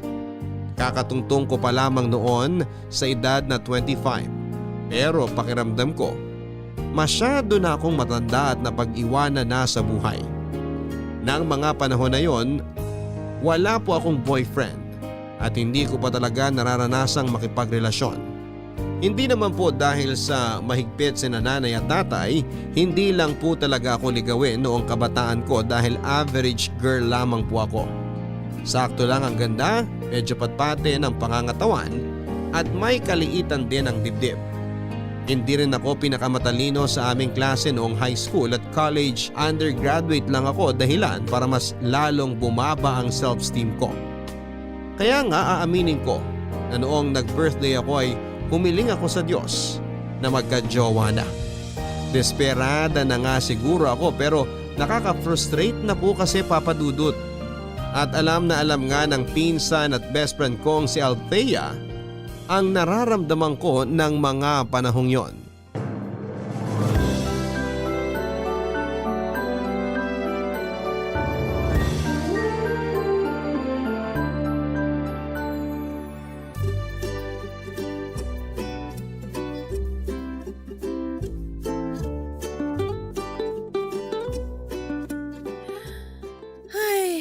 Oh, lalim nun na. Anong meron? Nakaka-imbiyer na lang kasi tong picture nyo ni Larry sa photo album natin. Biruin mo, mga high school tayo nito at wala akong kaalam-alam na nagliligawan na pala kayo sa likod ko. Ginawa nyo pa talaga akong third wheel dito eh. Sira! Hindi naman namin intensyon na gawin kang third wheel. Saka magbe-best friend naman tayo bago naging kami, di ba? Ibig sabihin, tayong tatlo na talaga noon ang sanggang dikit sa section natin. Oo, kaya lang nung naging kayo, naitsapwera na ako. Oy, hindi naman namin sinasadya na mapag-iwanan ka noon. Ikaw kasi, emutera ka rin. Niyaya ka naman namin na sumama sa mga gala namin tapos ayaw mo. Madalas mong dahilan may iba kang lakad. Pero yun pala, magsa-sound trip ka lang ng mga senti rito sa bahay. Naalala mo pa yon? Siyempre, ako pa ba? Sa ating dalawa, ikaw ang malilimutin. Natatandaan ko pa nga rin yung utang mo na hindi mo pa nababayaran nung college tayo. Hoy, anong utang? Di ko alam yan ha. Pero nakakatuwa lang dahil ang tagal nyo na rin ni Larry. At in fairness, going strong talaga kayo. Minsan alam mo, hindi ko mapigilang mainggit sa inyo kasi parang ang perfect nyo na. Buti ka pa, Insan. Nahanap mo na yung lalaki na para sa'yo talaga. O ayan ka na naman sa pagiging madrama mo. Masisisi mo ba ako? 25 years old na ako. Ibig sabihin, kung matitegi ako sa edad na 50, edi nangangalahati na akong nabubuhay sa mundong to. Tapos wala pa ako nagiging boyfriend. Paano hindi ako magdadrama nun? Tuwing sasapit na lang ang Valentine's, wala akong kadit. Tapos palaging malamig ang Pasko ko. Alam mo, challenging din naman ang pagkakaroon ng karelasyon. Aaminin ko, minsan naiinggit din ako sa'yo. Kasi malaya mong nagagawa yung mga bagay na gusto mo. Nakakagala ka nang walang nagbabantay sa'yo. Di tulad ko. Aba bakit? Hinihigpitan ka ba ni Larry? Hindi naman yata tama yun kung sakali, Insan. Sira! Hindi naman ganun ang ibig kong sabihin. Ayos na ayos kami ni Larry. Pero syempre, may mga bagay na dapat namin ikonsulta muna sa isa't isa bago namin gawin. Kung tutuusin, ganun din naman siya sa akin. At kapag di namin yun ginawa, pareho kaming maiinis sa bawat isa. Yun naman pala. Ano pang nirereklamo mo? Buti ka nga may jowa samantalang ako, eto, wala. Bokya! Ano ka ba naman? Alam mo, Insan, darating din ang lalaking para sa'yo. Hintayin mo lang at huwag kang magmadali sa buhay. Bata ka pa naman. Bakit? May batas ba na nagsasabi na dapat pag edad mo ng 25 may jowa ka na o nakapag-asawa ka na? Wala naman, di ba? Kahit na, automatic na yun. Tsaka tingnan mo ang mga magulang natin noon. Mas bata pa sa akin nakapag-asawa at nagkaanak. 23 lang si nanay nung pinagbuntis ako. At saka ilang beses mo na rin sinasabi sa akin na maghintay ako sa kung sino mang magiging jowa ko. Tuwing birthday ko na lang ipinapaalala mo sa akin na ang tunay na pag-ibig hindi minamadali. Kaso baka naman tumandang dalaga na ako nito, Insan. Maawa ka naman sa akin. Grabe ka! Kung makapagsalita ka naman parang wala nang lalaking magkakagusto sa'yo ah. Sana hindi ako NBSB hanggang ngayon kung meron, di ba? Ay, ano ba kasing kasalanan ko nung past life ko? Bakit parang sinumpa yata ako maging single forever? Alam mo ba, Insan? Gabi-gabi na kaya ako kung magdasal na sana ibigay na niya sa akin ng lalaki makakasama ko habang buhay. Minsan nga nasasabi ko na lang na kahit sino, basta may manligaw, sasagutin ko na kaagad. Hoy, mag-iingat ka sa mga hinihiling mo dahil baka hindi Diyos ang makarinig sa'yo. Baka si Satanas ang magbigay sa'yo ng kung sino mangyang lalaki na hindi naman pala karapat-dapat sa'yo. Tingnan mo tong tao na to. Imbis na i-cheer mo ko, ginaganyan mo pa talaga ako. Hindi ka pa talaga naaawa sa pinsan mong desperada na magkajowa? Ewan ko ba naman kasi sa'yo? Di ka mapakali samantalang hindi ka naman mauubusan ng isda sa dagat. Malay mo, hindi pala taga rito ang lalaki na makakatuluyan mo, di ba? Try mo rin kasing sumama sa amin ni Larry kapag nag-out of town kami. Ayoko. Gagawin niyo lang akong photographer niyo. Tsaka gusto mo bang mamatay na talaga ako sa inggit kapag nakita ko kayong sobrang sweet? Para ka talagang may diwang mag-isip, Insan. Noon mo pa naman kami nakikitang sweet ah. Kaya nga, mas lalo lang ako nasusuya sa inyo. Tsaka nagsasabi lang ako ng totoo.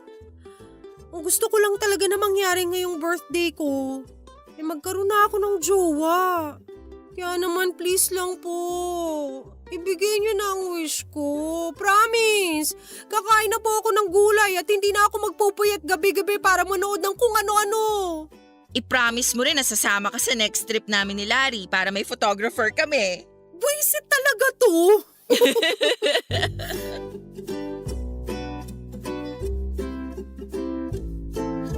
Papadudot, maraming beses ko nang narinig ang tungkol sa konsepto ng paghihintay. Na dumating ang tamang panahon kasabay noon ng tao na makakatuluyan mo. At aminado ako na nasusuya na akong marinig ang tungkol sa bagay na yon. Oo, hindi ako naniniwala roon dahil kung totoo man yon, sana kahit man lang paramdam sa hangin ng lalaking makakatuluyan ko ay naramdaman ko na. Kaso wala nga eh. Ni wala ring nagkakamali na manligaw sa akin. Kaya masisisi niyo ba ako kung maging desperada na ako? Bukod doon ay karamihan sa mga pinsan ko kasama na si Althea ay may mga karelasyon na at may asawa.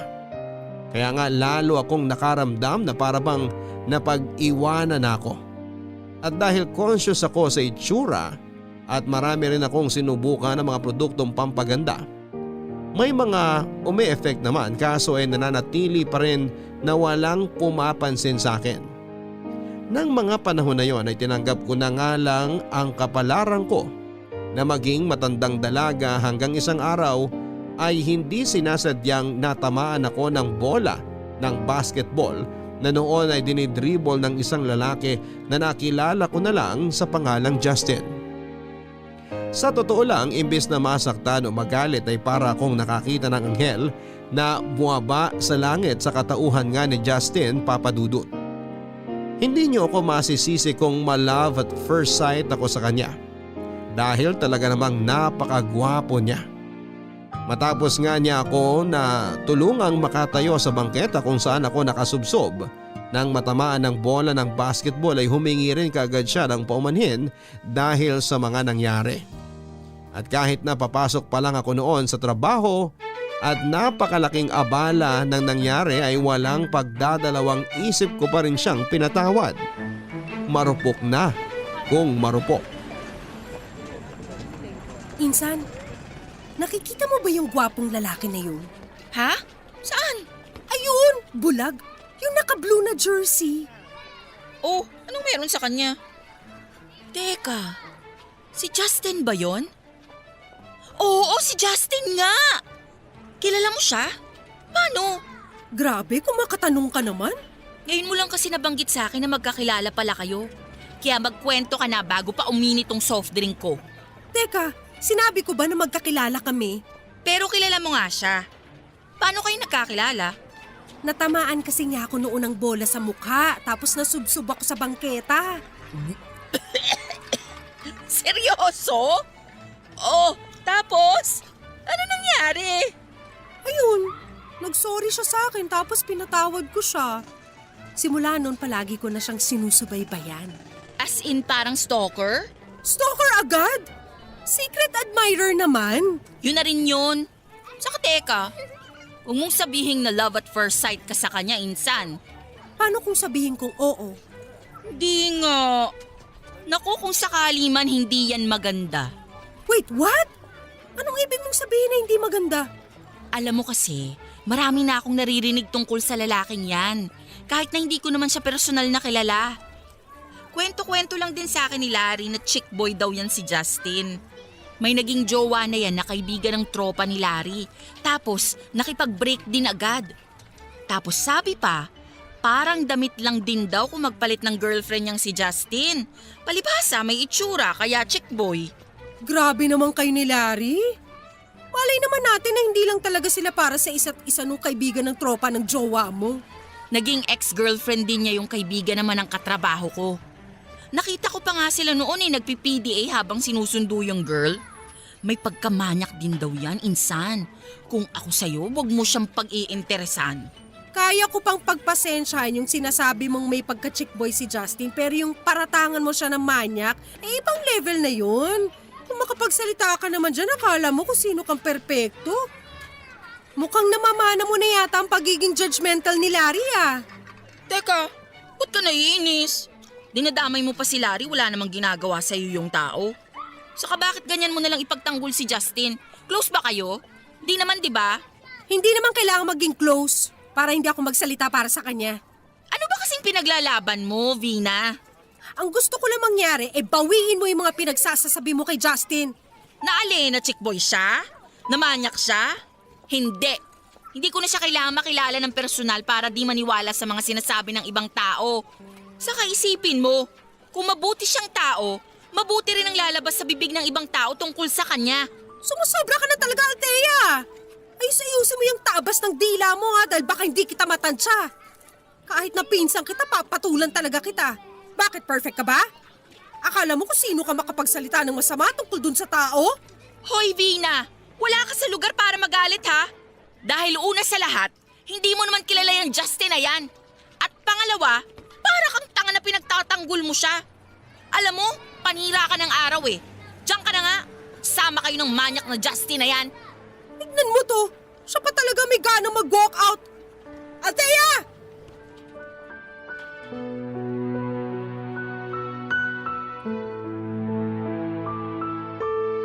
At hindi ko na nga napigilan ang sarili ko noong mairita sa pinsang kong si Althea matapos niyang paratangan ng kung ano-ano si Justin. Samantalang hindi rin naman niya ito masyadong nakilala. At siya pa talaga ang may ganang mag-walk out sa pag-uusap namin at palabasing ako ang may diferensya. Kahit na magpinsang kami at mag-best friend ay hindi ko kayang palampasin ang pag-a-attitude niya sa akin, Papa Dudut. Kaya nga ng mga sumunod na araw ay hindi na kami nagpansinan pa ni Althea. Mas inabala ko na lang noon ang sarili ko sa pagsilay at pagpapapansin kay Justin. Lalo na kapag nakikita ko siyang naglalaro ng basketball sa basketball court ng barangay namin. Kinakawayan at iningitian naman niya ako lalo kapag nakikita niya ako roon. Pero hindi pa rin ako kontento na hindi kami magkaroon ng malalim na ugnayan kaya nga nangako ako sa sarili ko noon na gagawin ko talaga ang lahat para maging kami ni Justin. Nang mga panahon na yon ay naniniwala ako na si Justin ang the one para sa akin. At hindi rin naman lingid sa kaalaman ng mga kamag-anak ko na gustong gusto ko yung tao dahil hindi ako magaling magtago ng feelings lalo na kapag in love ako. Kaya nga kahit magtaasan pa ang mga kilay nila sa pagiging patay na patay ko kay Justin ay wala akong pakialam sa mga sasabihin nila. Papadudot lumalabas na ako na nga nanligaw kay Justin. Nandyan yung pinagdadalhan ko siya ng pagkain at inumin kapag break time niya sa pinagtatrabahuhan niyang remittance center. Nung una ay tinatanggihan pa niya pero dahil mag-isa lamang siya noon sa inuupahang apartment at kadalasan ay wala siyang oras na magluto ng pananghalian ay unti-unti na rin niyang tinanggap ang mga pinapadeliver ko. Hindi naman kalakihan ang sweldo ko noon bilang parlolista pero naglaan talaga ako ng pera para kay Justin. Kahit na ibig sabihin noon ay kailangan kong bawasan ang iniaabot ko kina nanay at kay tatay.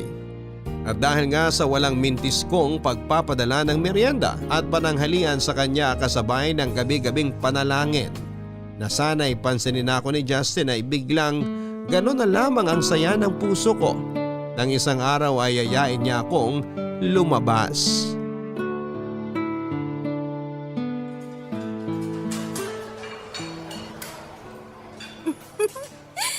Grabe, Justin. Nag-abala ka pa talaga na dito tayo sa fast food kumain. Alam mo naman na kahit sa turo-turo lang ayos na ako. Hindi naman ako maselan. Pero thank you ha. Na-appreciate ko talaga tong effort mo. Ano ka ba? Wala yun. Tsaka kung tutuusin, sa araw-araw na pagpapadala mo sa akin ng pagkain, kulang pa tong libre ko sa'yo dito sa fast food. Kusang loob ko namang pinadala yung mga pagkain na yun. Kaya hindi mo kailangan ma-pressure. Pero bakit mo ba kasi ginagawa yun? Alam mo, natutuwa talaga ako sa'yo. Ang totoo kasi niyan, Vina, wala pang babae ang gumawa sa akin ng katulad ng ginagawa mo.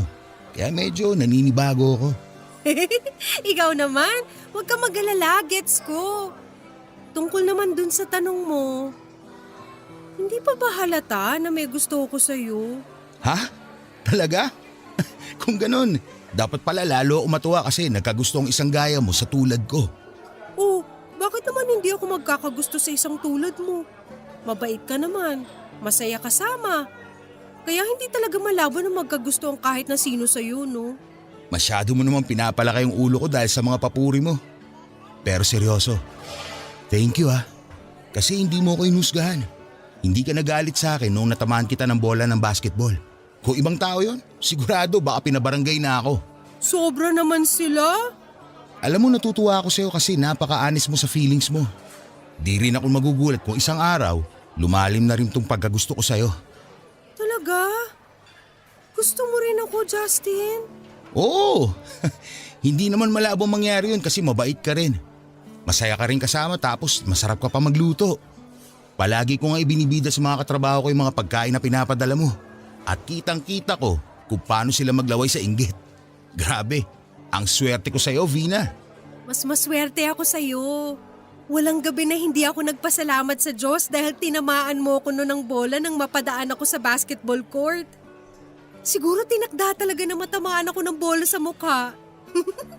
Kasi kung hindi dahil doon, hindi tayo magkakakilala. Talaga? Mukha kumpiyansa ka ah. Oo naman. Bakit hindi? Eh ikaw ba? Di ba sabi mo, swerte ka nang magkakilala tayo? Tapos pareho rin naman natin gusto ang isa't isa. Kumbaga, pasok na pasok din ang mga personality natin. Sige nga. Sabihin mo sa akin kung aksidente pa ba ang nangyaring pagkakakilala natin? Sige na, sige na. Naniniwala na ako na sinadya nga ng pagkakataon na magkita tayo nung araw na yon. Noon ko lang ulit kasi naramdaman na maging masaya nung dumating ka sa buhay ko, Vina. Wala biro, para akong bata na na-inlove ulit. Sigurado akong alam mo na kung anong tingin sa akin ng mga tropa ko, di ba? Tingin na ano? Nababaero ka? Oo, pero ang totoo niyan, matagal-tagal na rin kasi nung huli akong ma-inlove ng totoo. Lahat naman ng mga babae nagdaan sa buhay ko hindi naman pang seryosohan. Para kasi sa akin, hindi ko pa nahahanap yung babae na mamahalin ko talaga ng todo. Masasabi ko na, mukhang nasa harapan ko na siya ngayon. At ikaw yon, Vina. Ewan ko sa'yo. Alam mo ang landi mo ha. Ganyan ka ba sa mga babae mo? Maniwala ka't sa hindi, sa'yo lang ako ganito. Saka wala na ako mga babae. Tumigil na ako sa ganyan. Nakakasawa rin pala. Darating talaga sa punto ng buhay natin na bigla tayong magbabago for the better. Kahit meron tayong di magandang nagawa sa nakaraan natin, basta desidido tayong ayusin ang takbo ng buhay natin, ayos na yun. Yun din naman ang nakikita ko sa'yo, Justin. Kaya nga hindi kita hinusgahan sa kabila ng mga narinig ko sa mga tao tungkol sa pagiging babaero mo Dati, pero hindi na ngayon. Hindi ko na rin siguro mabubura ang tingin nila na yun kasi tignan mo naman ang mukhang to. Ang gwapo, di ba? Kung sa bagay may punto ka, gwapo nga.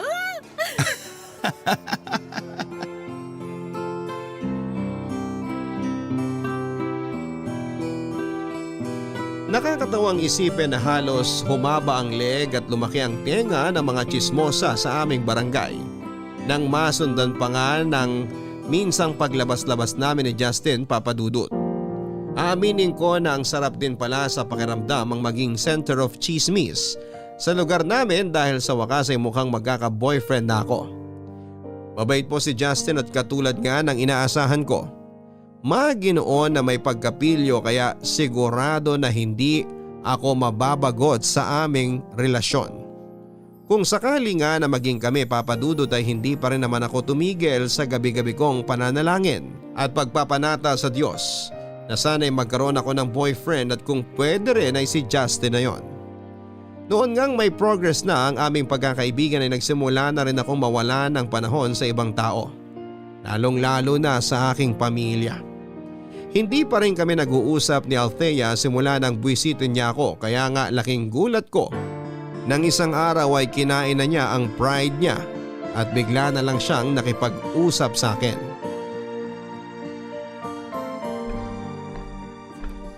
Oh, anong ginagawa mo rito? Pumunta ka ba rito para mag-sorry sa mga masasamang sinabi mo tungkol kay Justin? Nagpunta ako rito para ihatid tong adobo na pinabibigay ni nanay sa inyo. At hindi ako magsusorry sa mga sinabi ko tungkol sa lalaking yon. Aba hanggang ngayon ba naman?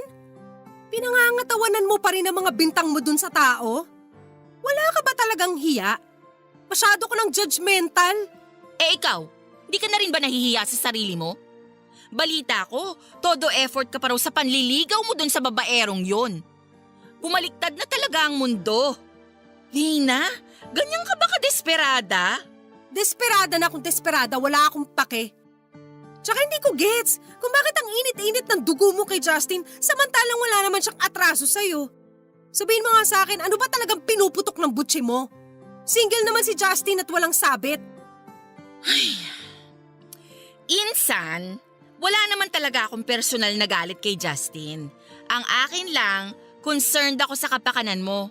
Mamaya saktan ka lang nun at ang malala pa, baka gawin ka lang din niyang isa sa mga babae niya. Hindi mo nakikita yon? Palagi kami magkasama ni Justin at inamin na rin niya sa akin na naging babaero nga siya noon. Pero hindi na ngayon. Nagbagong buhay na siya. At naniwala ka naman, samantalang hindi ganun ang narinig ko mula sa ibang tao tungkol sa kanya. Hindi na ako interesado sa kung ano bang sinasabi ng iba tungkol sa kanya. Puro paninira lang naman yan eh. Kasi naiinggit lang sila kay Justin. Katulad mo. Kunwari galit-galitan ka sa kanya pero ang totoo, inggit ka lang sa akin. Anong sinabi mo? Naiinggit ako? Bakit ako naiinggit sa'yo? Kasi hindi na sweet ang boyfriend mo sa'yo. Sa sobrang tagal nyo na, masyado na kayong nagiging komportable sa isa't isa.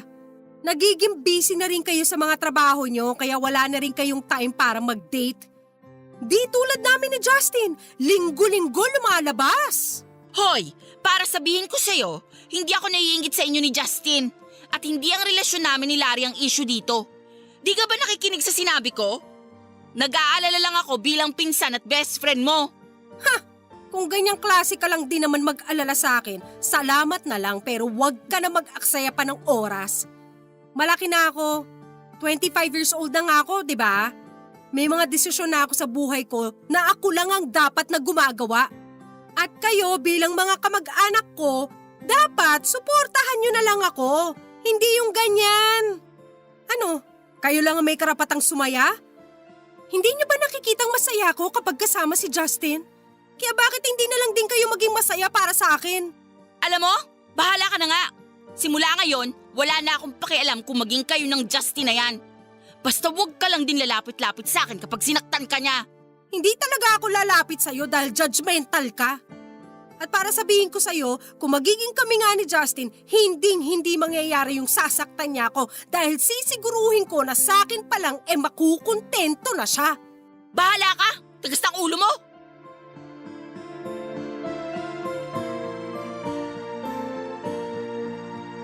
Papadudot, hindi ko po maintindihan kung saan ang galing ang ganong kabigat na damdamin ni Althea para kay Justin. Kung makapagsalita siya, akala mo ay kung sino siyang perpekto. Oo sige, aaminin na natin na meron ngang mga naging ex-girlfriend si Justin. Pero wala na akong pakialam sa mga issue nila dahil past is past. At kung magiging kami nga ni Justin, sisiguraduhin ko na hindi matutulad sa mga babaeng nakarelasyon niya ang magiging pagsasama namin. Sabihin na natin na mas naging matigas nga ang puso ko noon para kay Althea. At sa iba pa naming kamag-anak na panay ang pakikialam sa buhay ko at sa pagkakagusto ko kay Justin, papadudot. Kaya nga hindi ko na rin sila noon masyadong iniintindi dahil para sa akin ay ginagawa lang nila ang pakikisawsaw sa buhay ko dahil inggit lang sila. Oo, masayang maranasan na pagchismisan ng iba pero nakakapuno rin pala kapag hindi maganda ang mga sinasabi nila. Lahat ng yon ay nababanggit ko na rin kay Justin Papadudut at doon ko naramdaman na mas lumalim na nga ang aming pagkakaibigan. Kay Justin na nga umikot ang buong panahon, oras at atensyon ko, Papadudut. Sa loob ng isang buwan naming pagkakaibigan ay walang oras na hindi ako naging masaya. Ipinagpapasalamat ko talaga ang araw, Papadudut, na naglakas loob ako noon na kausapin siya.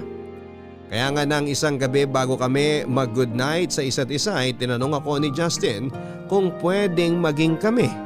Bagay na hindi ko na pinag-isipan pa noon ng maraming beses dahil kaagad na nga akong pumayag na makipag-on sa kanya, Papadudut. Sa totoo lang kahit napatay ako kay Justin, yun pa lang din ang unang beses ko na makikipagrelasyon. Kaya inamin ko talaga sa kanya na nag-aalala ko. Pero ang lahat ng yon ay nawala nang sabihin ni Justin na walang kaso kung siya pa lang ang naging boyfriend ko. Ang saya-saya sa pakiramdam, Papadudut, nang sa wakas ay nahanap ko na nga ang lalaking itinadhana para sa akin. Kahit nasabihin ng iba na wala akong delikadesa sa katawan ay hindi ko na yon masyadong pinagtuunan pa ng pansin. Dahil nga ang nararamdaman ko na lang na mga panahong yon ay labis na kaligayahan. Papadudot, halos 2 linggo pa lang kaming mag-on-on ni Justin nang unti-unti ko ngang madiskubre ang pag-uugali niya. May pagka-liberated pala siyang lalaki, normal sa kanya ang PDA o public display of affection. Lalo na nang maging kami. Katwiran niya ganun daw siyang maglambing.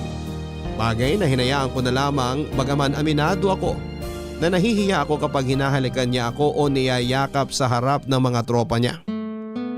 Minsan na rin kasi kami noong tinukso ng mga best friend niya, pero imbes na tumigil ay lalo lamang siyang dumikit na tila higad, Papadudut.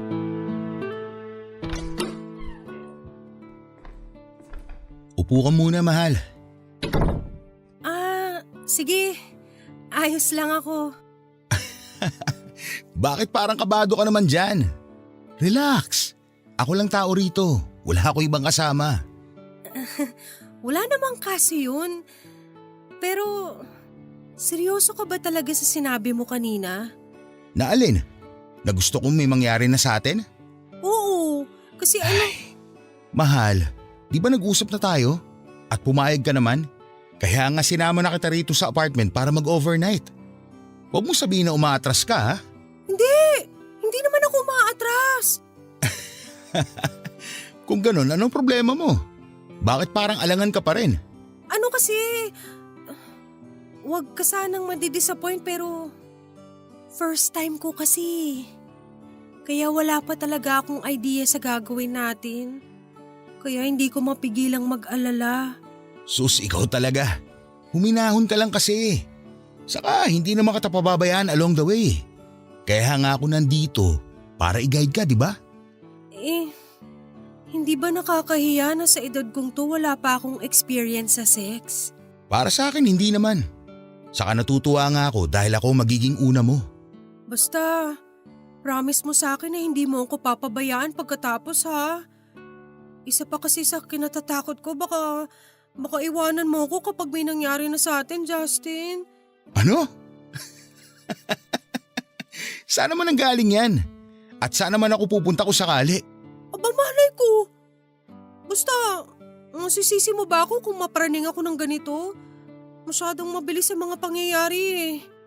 Ito nga pagpayag ko na makipag-sex sa'yo, masyado atang mabilis din eh. Akala ko ba mahal mo ako? Oo, mahal nga kita kaso… Kaso ano? Vina, pinapainit mo naman ang ulo ko eh. Pumapayag ka lang ba kanina para paasahin ako? Hindi naman sa ganun, Justin. Payag talaga ako. Kung payag ka, wala ka na dapat marami sinasabi dyan. Saka diba, sabi ko naman sa'yo ako na ang bahala. Kaya nga hindi mo na kailangan kabahan pa dyan. Baka nga pagkatapos ng gabing to hanap-hanapin mo yung experience eh. Siguro nga, tama ka. Mahal, magtiwala ka sa akin, okay? Hindi kita pababayaan. Sisiguruhin ko na mag-e-enjoy ka ngayong gabi. Ituturing kita na parang Diyosa. Sasambahin pa kita kung gusto mo. Luluhuran kita. Kailangan mo pa ba talagang sabihin yan? Oo, pampakondisyon din yun. So ano, tara, maligo muna tayo tapos umpisa na rin natin doon sa CR. Mahal, ano ba? May kiliti ako dyan. Ngayon alam ko na kung nasa ang kiliti mo.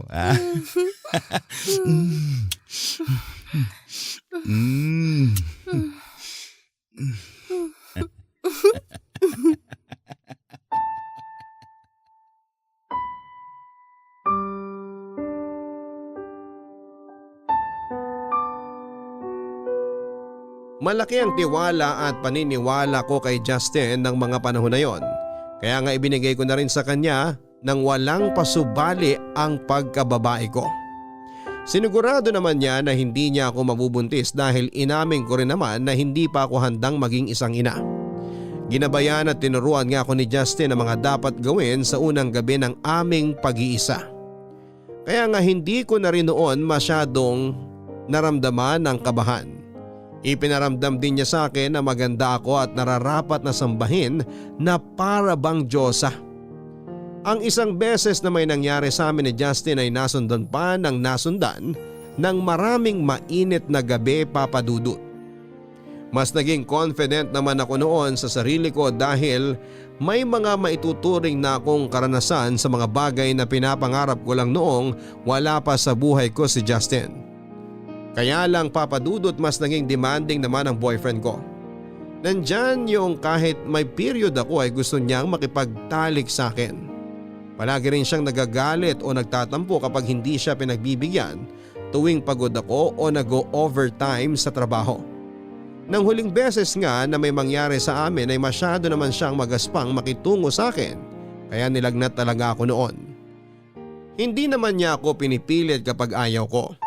Pero meron siyang paraan para konsensyahin ako, Papa Dudut, na pagbigyan ng pagiging hayok niya.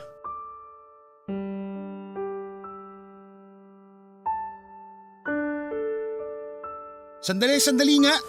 Ano bang klaseng reaksyon yan, Vina? Hindi ka ba nag-e-enjoy? Para ka naman tanga eh. Kanina pa kita tinatrabaho. Tapos kahit ungol man lang dyan, wala akong marinig sa'yo. Ano ka ba? Pasensya na, mahal. Masama lang talaga ang pakiramdam ko. Tsaka nabanggit ko naman sa'yo, di ba, na masakit pa nga mga kasukasuan ko. Pero tinanong kita kung ayos lang na may mangyari sa atin at pumayag ka naman. Tapos magre-reklamo ka dyan. O ayan, nawalan na rin ako ng gana. Buisit ka. Bakit mo naman ako kailangan sigawan? Paano di ako sisigaw nakakagalit ka? Saan kailan ka pa natuto mag-inarte, ha? Hindi naman ako nag-iinarte. Ang sabi ko, masakit ang katawang ko, pagod ako. Mahirap bang intindihin yun? Tignan mo tong babaeng to. Ginawa pa akong bobo. Siyempre, naiintindihan ko yun kaya nga tinanong kita kanina kung ayos lang, di ba? Eh di sana hindi ka pumayag. Bobo ka ba, Vina? Simpleng tanong, simpleng sagot tapos pinapakomplika mo pa. Sa palagay mo? Magagawa ko pa bang tumanggi kapag gusto mong may mangyari sa atin? Samantalang kapag ginawa ko yun, nagtatampo ka? O kaya nagagalit ka? Hindi ko na nga alam kung saan ako lulugar sa'yo. Oh, at ako pa talaga sinisisi mo? Ang kapal rin talaga ng mukha mong babae ka. Ang gusto ko lang naman intindihin mo ko. Bakit ba gustong-gusto mo na palagi may nangyayari sa atin? Seryoso ka ba talaga sa tanong mo na yan? Ibabalik ko sa iyo ang tanong ha. Bakit ikaw? Ayaw mo na may nangyayari sa atin? Palagi mo nga hinahanap-hanap yung mga ginagawa ko sa kama eh. Tapos ngayon mag-iinarte ka? Umayos ka, hindi na ako natutuwa sa'yo. Alam mo, mabuti pa, umalis ka na nga lang sa harapan ko. Bumangon ka na dyan, huwag ka dito. Justin naman! Palilipatin mo talaga ako sa sala? Doon mo ako patutulugin? Anong pinagsasabi mo? Hindi ka matutulog sa kahit saang sulok ng bahay ko dahil pinapalis na kita. Bilis! Kilos na! Seryoso ka ba? Ating gabi na. Wala nang jeep na bumibiyahe pa uwi sa amin. Problema ko pa ba yun? Eh di maglakad ka. Isa na lang talaga, Vina. Tatamaan na sa akin yung pagmumukha mong gaga ka. Ang dami mong tanong. Naaalibadbara na ako sa'yo. Baka nakakalimutan mo, girlfriend mo ako. Hindi mo ako pwedeng tratuhin na parang kung sino lang. Wala akong pakialam kung ano pa kita. Ang gusto ko ay lumayas ka na sa harapan ko ngayon din. Di ba sabi mo masama ang pakiramdam mo? Eh di umuwi ka sa inyo. Doon ka magpahinga. Huwag dito. Justin naman. Huwag ka naman ganyan. Maawa ka naman sa akin. Ano? Ayaw mo umalis? Sige, lumuhod ka. Lumuhod? Oo, patapusin mo ako. Tapos pwede ka na matulog. Ano? Mamili ka. Ito, luluhod na.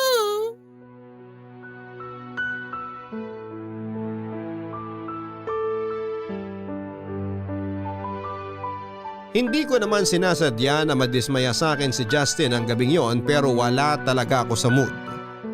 Kaya lang, laking pagsisisi ko nang mas pinagtuunan ko pa ng pansin ng nararamdaman ko noon dahil nang sumunod na araw ay hindi na rin ako kinausap pa ng boyfriend ko. Hindi niya rin sinasagot ang tawag at text ko. Hindi rin niya ako kinakausap kapag nagpupunta ako sa pinagtatrabahuhan niya at hindi rin niya tinatanggap ang dala kong pagkain at merienda. Nang mga panahong yon ay napagod na yata akong suyuin si Justin kaya naman naisip kong bigyan muna siya ng space.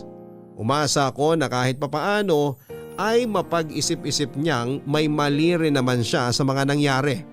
At hindi pwedeng habang buhay na ako na lamang ng ako ang may pagkukulang. Kaya lang nagdaan ang ilang araw at lumipas ang isang linggo. Lalo lamang kaming naging malayo sa isa't isa ni Justin. Doon na nga ako nakaramdam ng matinding takot sa dibdib na baka mauwi sa hiwalayan ang aming tampuhan, Papa Dudut. At dahil sa takot ko na baka isang araw ay makipag-break na lang sa akin si Justin ay sinantabi ko na nga lang ang pagtatampo ko sa kanya. At buong pagpapakumbaba na kinausap siya, Papa Dudut. Nang araw na saktong pareho naming day off ay nag-text akong papunta sa apartment niya. Bago ako dumating doon ay dumaan muna ako sa paborito niyang fast food at umorder ng mga pagkain. Dala-dala ko rin noon ang mga ireregalo kong bagong polo shirt at pantalon sa kanya na binili ko pa sa mall. Nang makarating na ako sa apartment niya ay naabutan ko lang siyang nanonood ng TV. Nakasimangot pa nga siya matapos niya akong pagbuksan ng pinto at tila masama pa rin ang loob niya sa akin. Kahit na pinasalubungan ko na siya ng mga paborito niyang pagkain at niregaluhan ng bagong damit at pantalon. Pero nagpaka-mature pa rin ako noon at hindi na nagpapadudot. Masinsinan ko nga ang kinausap si Justin at doon ay tinanong ko siya kung ano pa ba ang dapat kong gawin para lamang magkabati na kami. Doon na nga niya sinabi sa akin ang bagay na gusto niyang mangyari.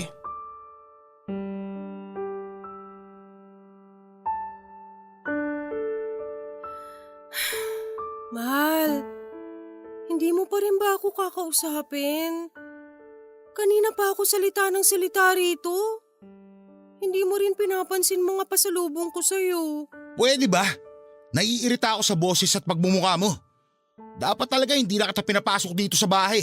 Panira ka ng araw. Saka ano ba akala mo?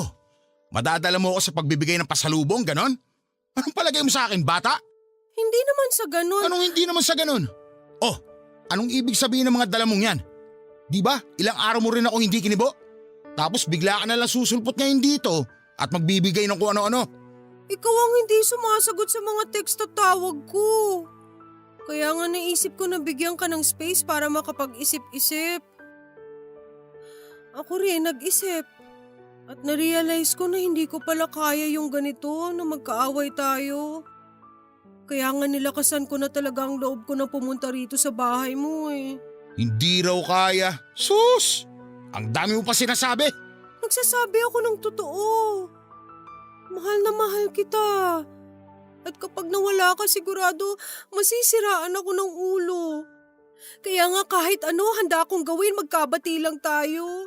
Please Justin, wag mo naman akong tiisin. Talaga?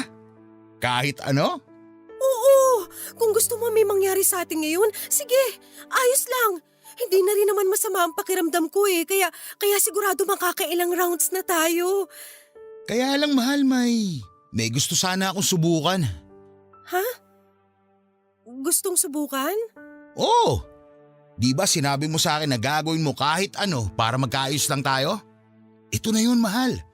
Gusto kong gawin mo ang sasabihin ko. Ano ba kasi yun? Parang bigla mo naman akong pinakaba. Magtiwala ka lang sa akin. Alam mo naman na hindi ko magagawang ipahama ka, hindi ba? Oo, kaso sabihin mo na yung gusto mo mangyari para naman matapos na tong kaba ko. Okay, sige. Kilala mo naman yung mga tropa kong sina Brian at Chris, di ba? Bukod sa pagiging mag-best friends naming tatlo, kababata ko rin sila. Kaya naman kilalang kilala namin ang isa't isa. Alam ko yan, mahal. Kitang-kita ko naman na sobrang close nyo kapag magkakasama kayo eh. Pero bakit ba sila napasok sa usapan natin?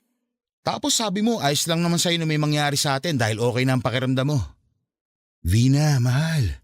Gusto ko sanang subukan na kasama natin sila. Ha? Ano ka mo? Gusto mo may mangyari sa ating apat? Parang gano'n na nga. Pero sa umpisa, papanoorin ko lang muna kayong tatlo. Nasisiraan ka na ba ng ulo? Teka, paano mo naaatim na sabihin ang tungkol sa bagay na yan? Ano ba tumatakbo sa isip mo? Wala naman ako nakikitang problema ron. May mga magjowa nga na gumagawa naman ng bagay na yun. Parte lang yun ng pag-e-explore nila. No feelings attached. Kaya hindi mo kailangan mag-inarte ng ganyan. Bakit? Ano bang palagay mo sa ating dalawa, mga explorer? Parang gago naman yung tanong mo. Alam mo yung makitid mong isip talaga ang dahilan eh. Kung bakit ang boring ng sex life natin. Akala ko ba handa ang gawin ng lahat para lang magkabati tayo? So bakit para bumabaligtad ka? Oo, handa akong gawin lahat para sa'yo pero hindi ko naman nakalain na yan ang hihilingin mo. Hindi man lang ba tumindig ang balahibo mo sa gusto mo mangyari? Ako? Na girlfriend mo? Hayaan mo lang nagalawin ng mga tropa mo? Sa harapan mo? Justin naman? Mangilabot ka nga! Hindi ka ba naikinig sa sinabi ko kanina? Hindi ko lang sila basta tropa. Kababata ako rin sila. Halos kapatid na ang turing namin sa isa't isa. Tsaka akala ko ba mahal mo ako? Hindi mo naman yata talaga ako mahal, Vina eh. Sinungaling ka. Wala ka talagang gustong gawin para umayos ulit ang relasyon natin. Justin naman! Madali akong kausap. Kung ayaw mo, bukas ang pintuan. Dalhin mo na rin itong mga lecheng pasalubong mo. Hindi mo ako mauutos sa mga ganyan. Buisit! Sinasayang mo oras ko. Malis ka na!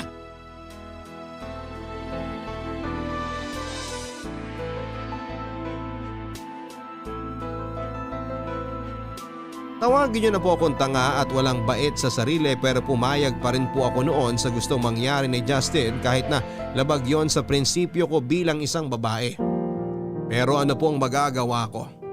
Nadaig lang naman ako ng takot ko na baka ako hiwalayan ng kauna-unahang lalaki na nakarelasyon ko.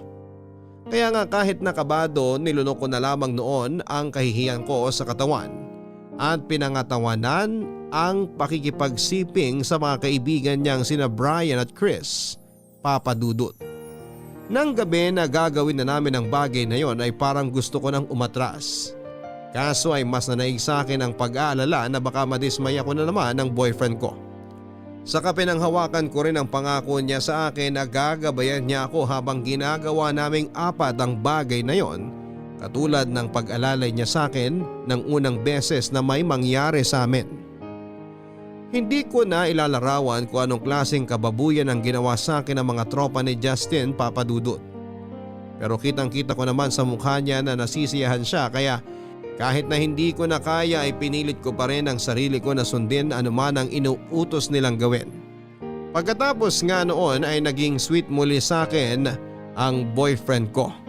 Kaya lang ay hindi ko naman nakalain na ang pangako niyang isang beses na may mangyayari sa aming apat na mga tropa niya ay nasundan pa ng nasundan. Hanggang sa tuluyan ko na ngang hindi makilala ang sarili ko at kulang na lang ay mawala ako sa katinoan. Mabilis na nagdaan ang ilang araw at hindi ko na rin po makuhang makipagkita noon kay Justin dahil sa labis na pandidiri sa aking sarili. Ni hindi ko na rin sinasagot ang mga tawag at text niya. Nagdaan ng 1 linggo, napansin na rin ni Althea ang pagiging matamlay ko at walang kagana-gana sa buhay. Kaya naman naglakas loob na nga siyang kausapin ako. At doon ko na nga inamin na sa pinsan at best friend ko, ang lahat papadudot. Anong sinabi mo? Nina, anong kagaguhan ba yung pinasok mo? Mas masahol pa talaga yung Justin na yun kay Satanas eh! Napakawalang hiya niya! Alam ko namang katangahan talaga yung ginawa ko, Althea. Mahal na mahal ko si Justin kaya hindi ako nakatanggi sa mga gusto niya mangyari. Buwisit na pagmamahal yan! Nang dahil dyan, pumayag kang babuyin ng hindi lang ng Satanas na yon, kundi pati ng mga kampon niyang demonyo! Masunog sana silang 3 sa impyerno, mga hayop sila!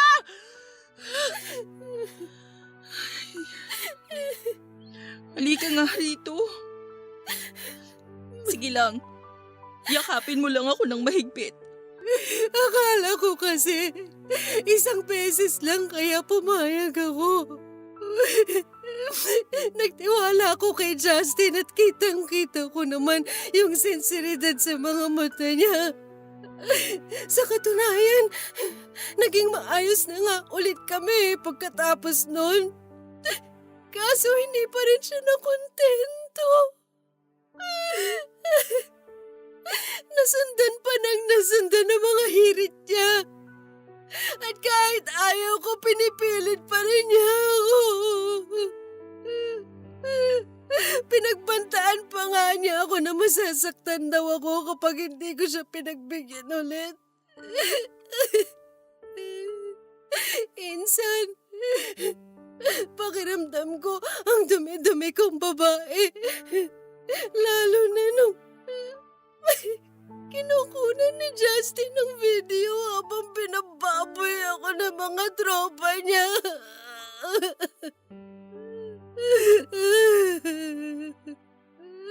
Ginawa rin niyang panakot sa akin yung mga video na ikakalat raw niya pag hindi ako sumunod sa mga gusto nilang kababuyan.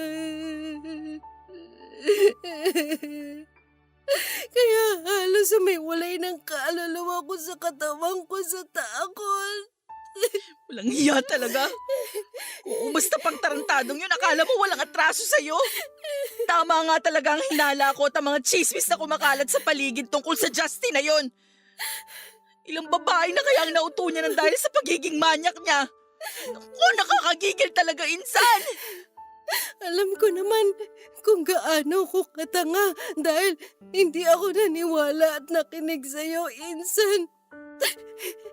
Kung tutuusin, kasalanan ko rin naman to eh. Kaya siguro ito na rin ang parusa ko. Hoy! Baliw! Ano bang parusang pinagsasabi mo? Wala kang kasalanan dito.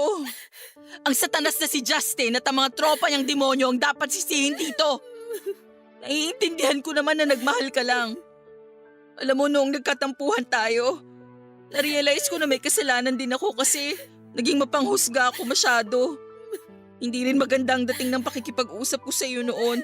Kaya may dahilan ka naman para magalit talaga sa akin. Napagsabihan na rin naman ako ni Larry na sana mas inunawa kita at mas pumili ako ng magagandang salita dahil nga matatanda na tayo.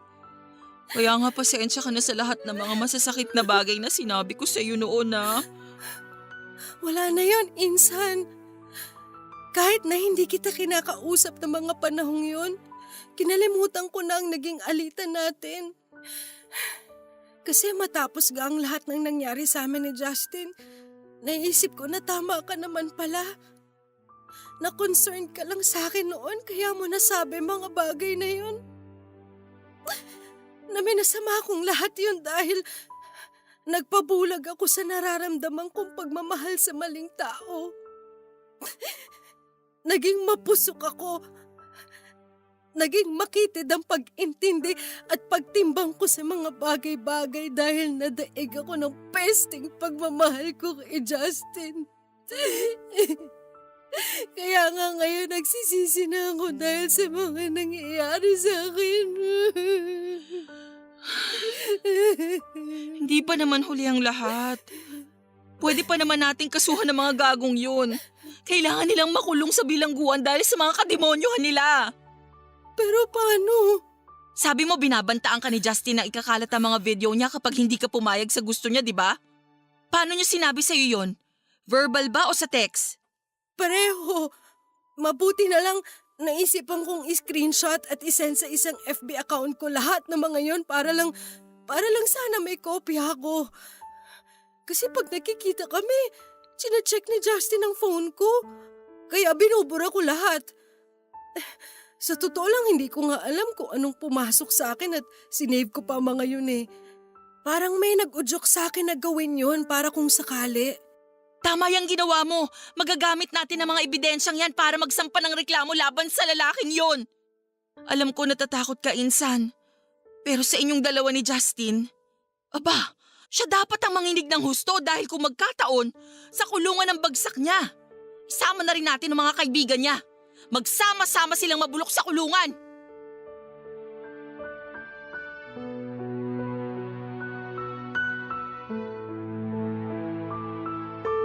Papadudot masakit sa akin na makita ang galit na ekspresyon sa mukha ni Justin matapos nga siya noong arestuhin ng mga pulis nang magsampa kami ng reklamo laban sa kanya at sa mga kaibigan niya. Hindi ko na po i-detalye pa ang mga proseso na pinagdaanan namin pero sa huli ay naipakulong ko din sila at lalo pang ang bumigat ang kasong kinakaharap nila nang isa-isa na rin lumabas ang ibang mga babae na nabiktima nilang tatlo. At dahil nga po sa pangyayaring yon, pinag-usapan sa buong barangay namin ang tungkol sa amin ni Justin. May ilang araw din po akong hindi lumabas sa pamamahay namin dahil sa trauma at labis na kahihiyan. Mabuti na lang dahil todo suporta at alalay sa akin ang aking mga magulang, pamilya at mga kamag-anak. Malalapit na kaibigan at maging si Althea. Nagdaan pa nga ang ilang buwan at unti-unti na ring namatay ang isyu na yon sa aming lugar at ako naman ay nagsimula na ring magpatuloy sa buhay. Masakit po para sa akin ang nangyari pero sa isip ko ay malaking aral yon na dadalhin ko hanggang sa pagtanda ko, Papa Dudut. Nakakalungkot lang isipin ang dahil sa pagiging mapuso ko noon ay napahamak ako. Sa kasalukuyan ay lumipat na kami ng tirahan ng pamilya ko. Bago mag-pandemic ay sinubukan ko ulit magtrabaho sa parlor pero dahil nga sa COVID-19 ay marami na sa ating mga kababayan ang huminto o nawalan po ng hanap buhay. At kabilang na ako roon. Pero hindi naman tumigil ako sa pagpupursige at pinipilit kong bumangon mula sa aking pagkakadapa. Maunawaan ko kung may mga kapuso tayo ang manghusga o maiinis sa akin. Pero sana kahit papaano ay meron pa rin kayong na-realize mula sa mga pinagdaanan ko. Wala akong ibang hangad kundi ang makapagbigay ng aral at inspirasyon sa ating mga tagapakinig kaya naglakas loob pa rin po ako na ibahagi sa Barangay Love Stories ang kwento ko, Papa Dudut. Maraming salamat in advance kung sakali man na panarin akong maitampok ninyo ang aking kwento sa inyong programa. Ang inyong forever kapuso, Vina. Mga kabarangay, lahat tayo ay nagkakamali sa buhay natin dahil wala sa atin ang ipinanganak na perpekto. Lahat po tayo ay dumaan din sa pagiging mapusok o marupok nang minsan tayong umibig. Hindi rin naman tayo exempted na masaktan at magdusa sa kamay ng mga maling tao kahit na sabihin pa natin na mabuti naman tayo. Pero hindi ibig sabihin noon ay magiging miserable na tayo habang buhay dahil kahit kailan ay hindi tayo pwedeng husgahan ng ating mga nakaraan. Gaano man yon kasalimuot at nagdulot sa atin ng labis na kahihiyan. Tularan natin si Vina na bagaman nagkamali sa kanyang nakaraan ay pilit na nagsisikap na bumangon sa kasalukuyan. Hanggang sa muli, ako po si Papa Dudut sa mga kwento ng pag-ibig, buhay at pag-asa dito sa Barangay Love Stories number 1. Mga kwento ng pag-ibig, kwento ng pag-asa at mga kwento ng buhay dito sa Barangay Love Stories. Love Stories. Forever! Nagustuhan ng iyong napakinggan? Ituloy yan via live stream sa www.gmanetwork.com/radio.